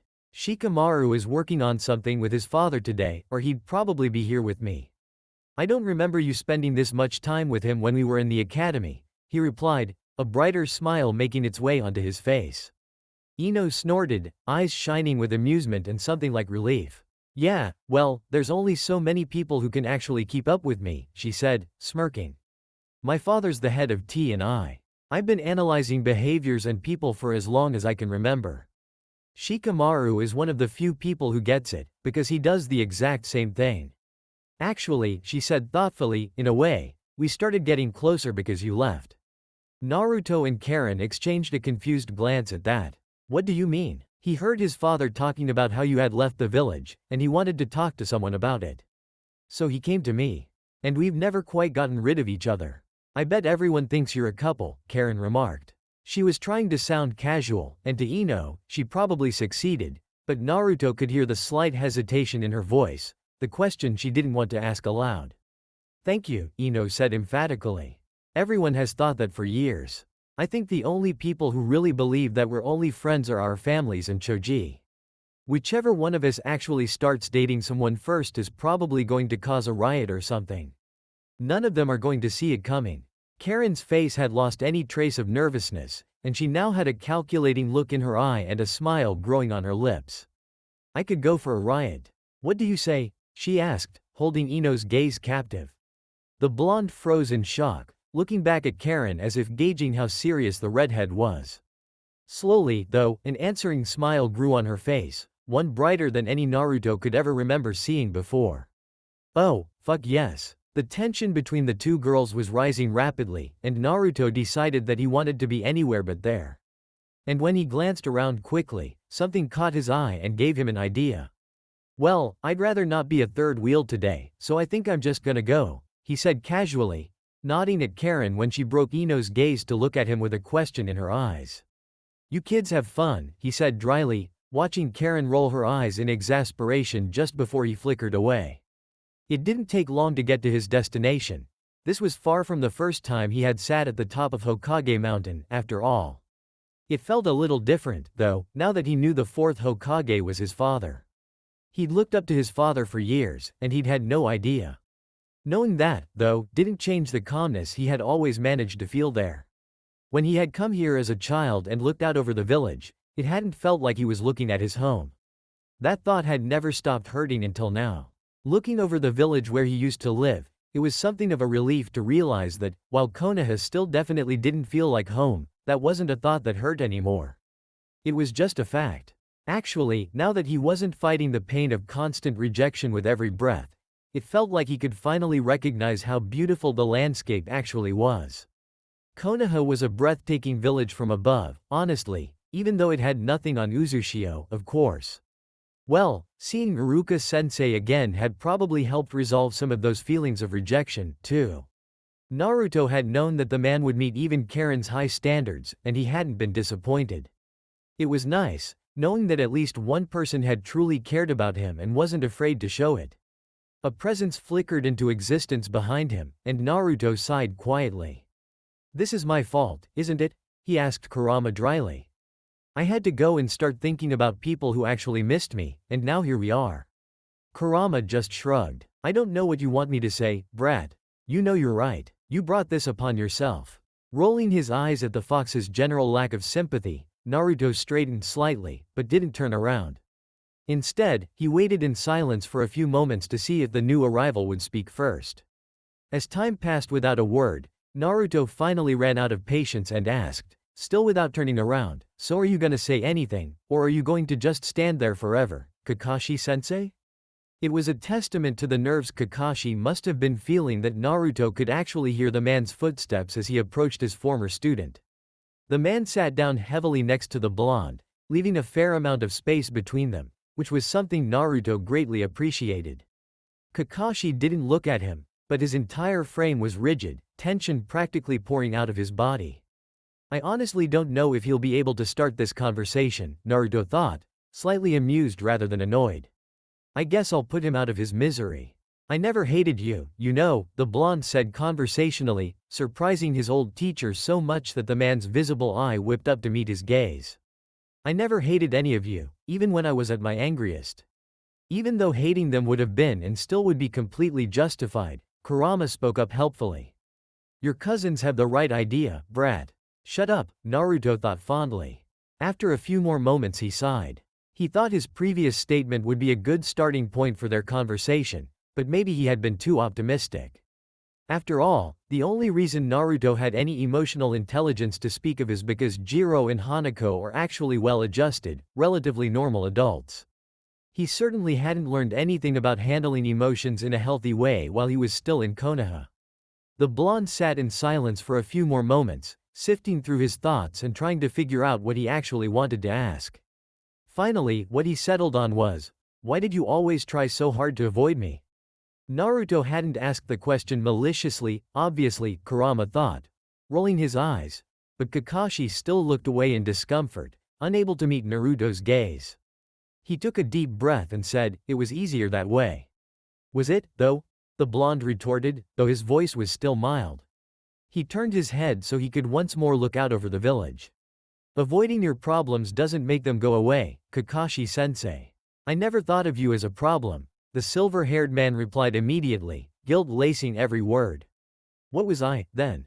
Naruto asked calmly. In all honesty, Naruto was surprised at just how calm he was. Maybe it was the fact that Kakashi had never actively hurt him the way Sakura and Sasuke had. The emotional neglect was brutal, yes, and Naruto couldn't honestly say he had learned much from Kakashi, but the man never put Naruto down the way the others on the team did. He didn't stop them from doing it, either, Kurama commented. Naruto elected to just ignore the fox in favor of focusing on Kakashi's response. The man sighed, linking his hands and resting them in his lap. You were a reminder of everything I had lost, and every way I had ever failed, he admitted. You were a reminder that anyone who got close to me inevitably ended up dead. Ah, because of his parents. Right, so that's why you always left the hospital when I woke up, after the mission to bring Sasuke back, Naruto said. It wasn't a question, but Kakashi nodded anyway. I also felt guilty for keeping you all at a distance, he admitted. I started to wonder if I could have helped keep Sasuke in the village, or helped you feel more accepted here, if I had looked outside of my own feelings and paid attention to the three of you. Naruto scoffed, a hint of irritation finally bleeding into his voice. You paid attention, he bit out. Just not to me and Sakura. If any of us ever got your attention, it was Sasuke. Preparing for the tournament in the Chunin exams proved that, don't you think? Kakashi opened his mouth to speak, but Naruto spoke over him. Do you know how it felt, he asked, to watch my Junin sensei dump me on someone else so he could spend the entire month training Sasuke? Ever since we were children, everything was always about Sasuke. When I was put on a genin team, I thought that might change, but I was wrong. His voice lowered until it was nearly inaudible, the vulnerable words just barely carrying across the wind. Do you know how disappointing it was to fight against Hyuga Neji and win, something no one thought was possible, and then to look into the stands and realize that your teacher still wasn't there? That he hadn't seen a thing. When his voice caught on the last word, he snapped his mouth shut. Like hell was he going to cry in front of anyone from his old team. He had real friends for that. Naruto's old teacher sighed sadly, then shifted his body so he was completely facing Naruto. His voice and face were firm when he said, I fucked up. I fucked up so many times, in so many ways, when it came to you, and I'm sorry. I should have been a better teacher, but I wasn't. I should have paid more attention to you, any attention to you, but I didn't. And any of the reasons I had for what I did were just excuses. Turns out I'm really good at those. It's pitiful, but I think it took you leaving for me to finally recognize how many mistakes I had made. It's far too late to fix anything I did to you, but I'm never going to do it again, to you or to anyone else. This time, I think I might have actually learned from my mistakes. Kakashi's visible eye was solemn, guilt melting away into something more like regret. I'm so sorry, Naruto. Naruto could only stare at him for a few moments, eyes wide. That was a lot more than he had been expecting. Actually, that might have been the most Naruto had ever heard Kakashi say at one time. But eventually he did process that his genin teacher had actually apologized to him and blinked, focusing on the man before him once again. It's not okay, he said seriously. And I can't say that I forgive you. Not yet, and maybe not ever. I don't know. But, he continued, drawing Kakashi's eye back to his own, thank you for apologizing. Ino's the only one who got to me before you. A small smile tugged at his lips. As horrible as my life was here in Konoha, I guess I'm glad that my leaving forced you to become a better person. Kakashi snorted softly, shaking his head. Shouldn't have taken that much, he grumbled. No, it shouldn't have. The blonde agreed without hesitation. But it's over now. That part of my life has been over for 6 years, so there's no point in wasting time thinking about what you should have done. I'm happy in Uzushio, and I don't think I ever could have found happiness like this in Konoha. He caught Kakashi's sad glance and sighed. It's not just because of you, Kakashi-sensei. It's not just because our team was so fucked up, either. This entire village saw me as nothing but the demon fox. A threat and a monster that should be kept under lock and key, and no matter what I did, that was never going to change. A slightly brighter smile worked its way onto his face as he said, and where better to be accepted as a Jinchuriki than in a village that has 3 of them? Naruto couldn't be sure, since Kakashi was wearing his ever-present mask, but he thought the man was actually smiling.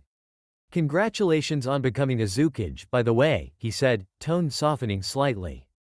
It's not Hokage, he threw in almost teasingly, but it's pretty obvious that Uzushio is good for you. I'm glad you have a home now. I'm just sorry it wasn't here. For the first time in over 6 years, Naruto smiled directly at his old teacher, eyes warming as he met the silver-haired man's gaze. Thanks, Kakashi-sensei, he said quietly. I'm really happy there. Kakashi searched his face for a moment before nodding and turning back to look over the village. That's all I could ever want for you. And when Kakashi's movements brought him slightly closer to the blonde, Naruto didn't back away. Chapter 15. Please remember that we do like my team, Neji told his companions, a small smile tugging at his lips as he led them through Konoha's rapidly filling streets. They weren't what I needed, in the end, but they weren't part of why I left, either. No punching your teammates, Miu summarized with a nod.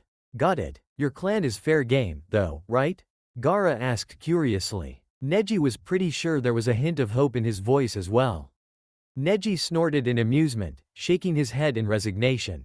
Something tells me that even if I said no, that wouldn't stop you too. Miu shrugged. Hey, you're the one who decided to let me and Gaara come. You know what we're like. I'm incredibly vindictive and Gaara's an enabler of the highest order. So really, if there are any casualties today, that'll be on you. She finished with a teasing smile, bumping her shoulder against his playfully. The brunette just rolled his eyes in fond exasperation, tugging the girl slightly closer to him. Fair enough. Walking through the streets of Konoha, Neji was surprised at how little had changed. The village still looked almost exactly how it had when he left. He probably had a fairly unrealistic idea of how much villages change over time, though, considering his home had to be built from nothing. Uzushio's reconstruction had been a developmental speedrun aided by Biju, Fuinjutsu, and a horde of people that didn't seem to know what sleep was. Considering how little had changed, Neji wasn't surprised to find his old team training where they always had. Guy-sensei was standing on his hands for some reason, while Lee chattered excitedly with him. Tenten was standing slightly to the side, inspecting her summoning scrolls with a small smile on her face. He took a deep, steadying breath, gripped Miyu's hand slightly tighter, and stepped forward. Neji had expected Tenten to notice him first, but it was actually Lee.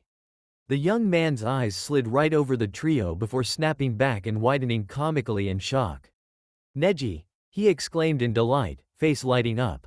Out of the corner of his eye, he could see a tiny smile grow on Miyu's face at his exuberance. Tenten's eyes whipped up to follow Lee's gaze, and her eyes also widened when they fell on Neji and his companions. Meanwhile, Guy had stilled before flipping to his feet, a wide and welcoming smile on his face when he saw his old student. "Neji," his genin teacher said warmly, echoing Lee's energy. "It is so wonderful to see you. Where have you been?" After all the drama with Team 7, it was kind of jarring for Neji's team to be so instantly accepting. But really, what else should he have expected? Guy and Lee were two of the friendliest people in the village, and Tenten had been a good friend before he left. Still, he couldn't bring himself to step forward until Gaara and Miyu did, his girlfriend gently pulling him along with her as they approached the group. "We've been in Uzushio," Gaara responded calmly, after it became apparent that Neji wasn't able to start the conversation on his own. The Jinchuriki nodded in Lee's direction with a small smile. "It is nice to see you again, Lee," he said. "I hope you've been well." Lee startled slightly, having been too focused on Neji to really notice who was with him. Now, though, his grin widened impossibly further when he looked at the redhead. "Gaara, my friend, it is wonderful to see that you are all right. You say you've been in Uzushio?" Gaara nodded, but before he could respond, Tenten spoke up, confusion and relief mingling in her voice.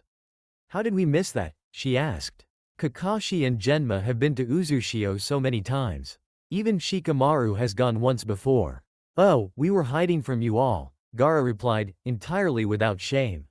"We let you Takata be the frontman for Uzushio so that there was never a danger of you finding out where we were." Lee gasped, eyes shining. "Neji, Gaara, if you two are in Uzushio, then does that mean Naruto is there as well?" Say what you will about how exhausting his energy can be, but rarely have I ever seen a more caring person than Lee, Neji thought fondly. "And he's smarter than everyone thinks." "He is," the brunette confirmed, smiling at Lee's excitement. "He's the Azukage, actually." All three were silent for a few moments before Tenten laughed and said, "Well, damn. You three have been busy, haven't you?" Miyu looked at the girl with approval in her eyes. "That's one way to put it, yeah," she said. Then she rose up onto her toes to fake whisper into Neji's ear, "I like her." Neji looked between the two girls, noting Tenten's pleasant surprise at Miyu's unexpected approval. "I thought you might," he said with a smile. When Neji met Tenten's eyes once more, the smile dropped off the girl's face and she blurted out, "Neji, what the fuck happened to your eye?" He had wondered when someone would notice. The bandages were off, so it wasn't like he was trying to hide Nagato's rather strange gift anymore. "A friend decided to give me his eye," he said dryly, laughing a little when his former teammates made noises like they were choking. "It's a dujutsu called the Rinnegan, and I honestly can't say I know much about how it works. Unfortunately, he didn't feel it was necessary to give me a user's manual. Perhaps it can strengthen your Byakugan," Lee said with a smile and a shrug.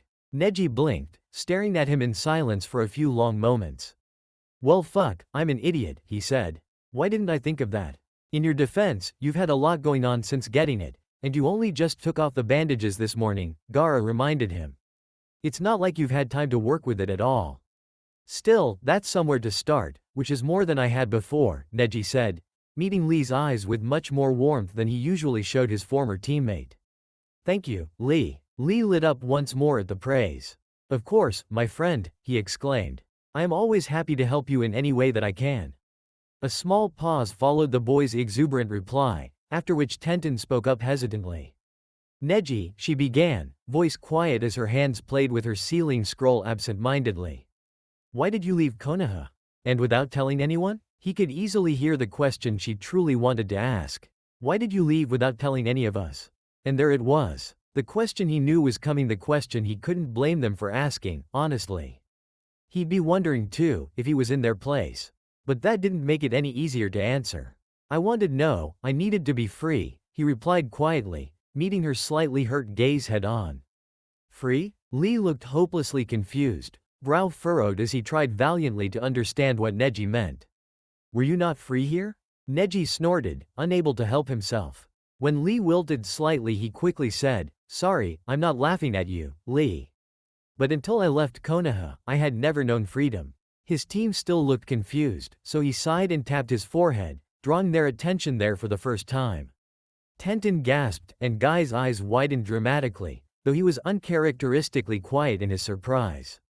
It's gone, Tenten said, sounding like she couldn't believe her eyes.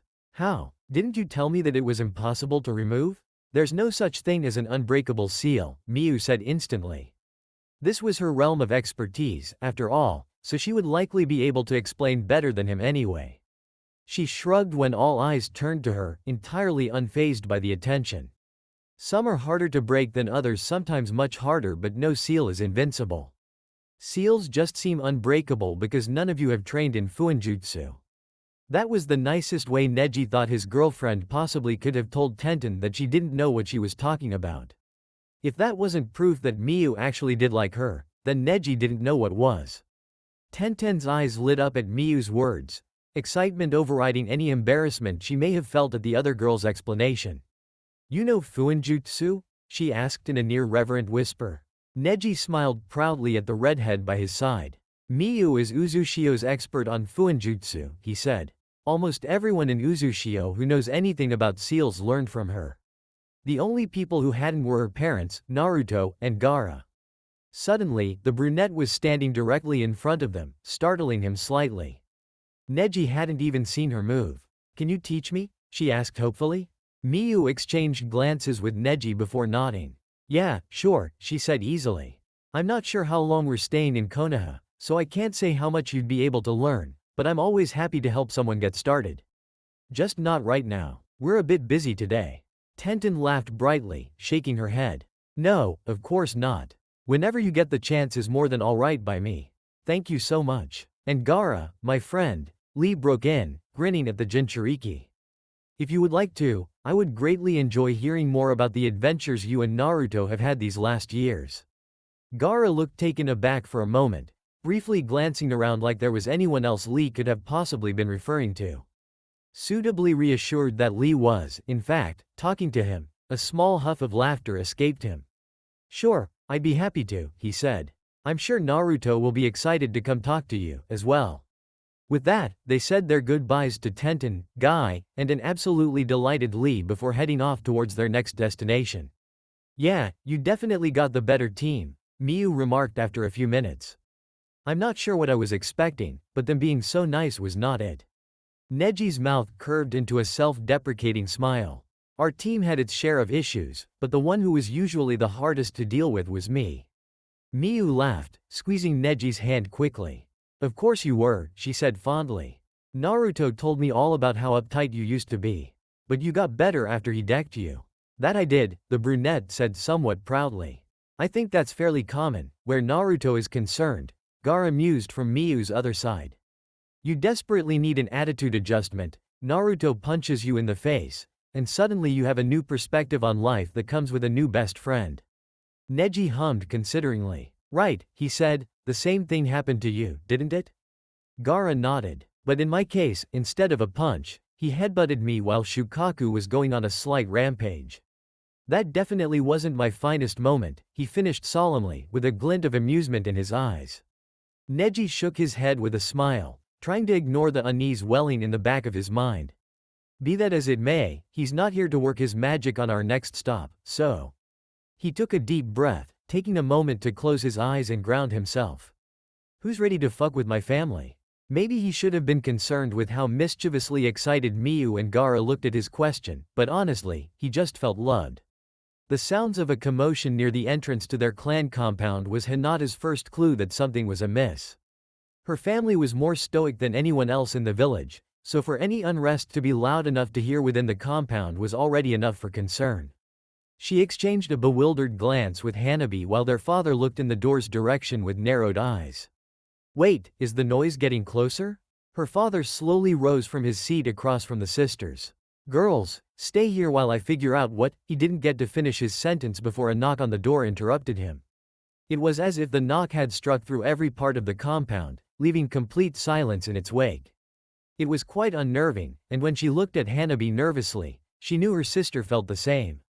Her father straightened and swept over to the door without further ado, molding his features into its usual expressionless mask before opening the door. Hinata and Hanabi rose as well, watching in shared interest. Well, her father might have wanted to keep his features neutral, but that fell apart as soon as the door slid open, revealing 3 people calmly staring him down. Shock broke through his practiced stoicism, eyes widening as he stared at the trio before him. Meanwhile, Hinata gasped, hands flying up to cover her mouth. She could feel tears starting to gather in her eyes, and she didn't have the presence of mind to try to hold them back. "Neji," she whispered, voice almost inaudible as she stared at her cousin, the man she wasn't sure she would ever see again. Dismissing her father entirely, Neji's eyes fell onto Hinata, and they instantly softened. Now, Hinata had questions, of course she had questions. Where had he been? Why come back now? Why was Gaara with him? Who was that red-headed girl? And what happened to his eye? But for now, she didn't care. For now, the only thing that mattered to her was the fondness in the brunette's eyes as he quietly said, "Hello, Hinata." At that, Hinata lost the battle with her tears completely, and she was moving before she even registered it. The redhead let go of Neji's hand just in time for him to catch Hinata, who threw herself into his arms with a relieved sob. His arms wound around her instantly, and she buried her face in her cousin's chest as she cried. He was all right. He was okay. At that realization, a 5-year-old wound in her heart finally began to mend. "You came back," she whispered, once she had gotten her tears under control. Neji pulled back enough for her to see his face, and he nodded with a slight smile. "I did," he agreed. "Not for good, but I'm here for now." Hinata opened her mouth, ready to ask where, exactly, he had been all this time, but an icy voice cut her off before she could get the words out. "And where have you been hiding all these years?" Neji stiffened, pulling away from Hinata entirely so he could turn back to face Hiyashi, whose eyes were stone cold. The girl looked nervously between her cousin and her father. "Oh, this isn't going to be good," her mind whispered. Her father had never gotten over Neji's disappearance. Part of that was almost certainly due to the pressure the elders had put on him afterwards, pressure to keep the Branch family in line more completely, so nothing like this could ever happen again. So no one else could ever escape. But part of it, she knew, was her father's own pride. He had always thought of himself as a capable clan head, a good and dependable leader, so having his nephew snatched right from under his nose and knowing that Neji had wanted to leave had stung in a way few things did for him. That was why Hinata made sure she never let her father know just how much she supported her cousin's decision to leave, even if she hadn't known beforehand. Growing up, she had always wanted a good relationship with Neji, but there was one thing she always wanted more for him. More than anything else, she had just wanted her cousin to be happy. And looking at him, standing between 2 redheads who were watching her father like hawks, she knew that he finally was. "Uzushio," Neji replied, voice frigid to match Hiyashi's. His eyes were steely, practically daring Hiyashi to push back, and those eyes flashed with satisfaction when surprise once again broke through his uncle's mask. "And that's why," her father started, eyes flickering between Neji's eyes and forehead. Gaara smiled. "The Azukage is really good with seals," he commented, voice almost smug. "It's cute that you all thought your seal couldn't be broken. We had a good time proving you wrong." "The Azukage? Who's that?" The question slipped out before Hinata could catch herself, her confused gaze landing on Gaara. Gaara's smile brightened slightly. While he had watched her father with vicious satisfaction, his smile softened into something a bit more sincere when he looked at her. "Why, it's Naruto, of course." Hinata's mind stuttered to a stop.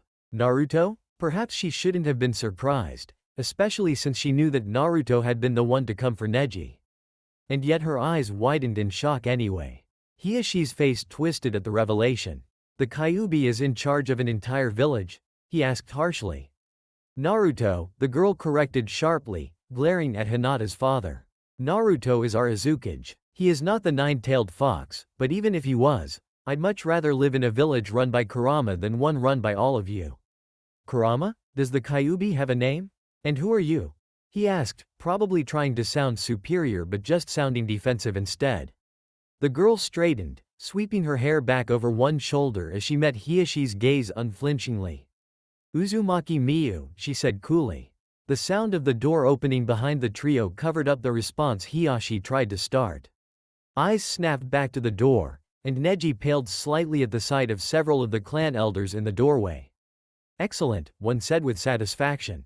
"You have come back." They balked when they met Neji's gaze, eyes narrowing in anger and suspicion. "And just what are you doing with a Rinnegan eye?" "It was a gift," Neji said, and he may have sounded unconcerned, but Hinata noticed his hands shaking slightly. Miyu, too, noticed the brunette's unease, and she moved closer to take one of his shaking hands, intertwining their fingers gently.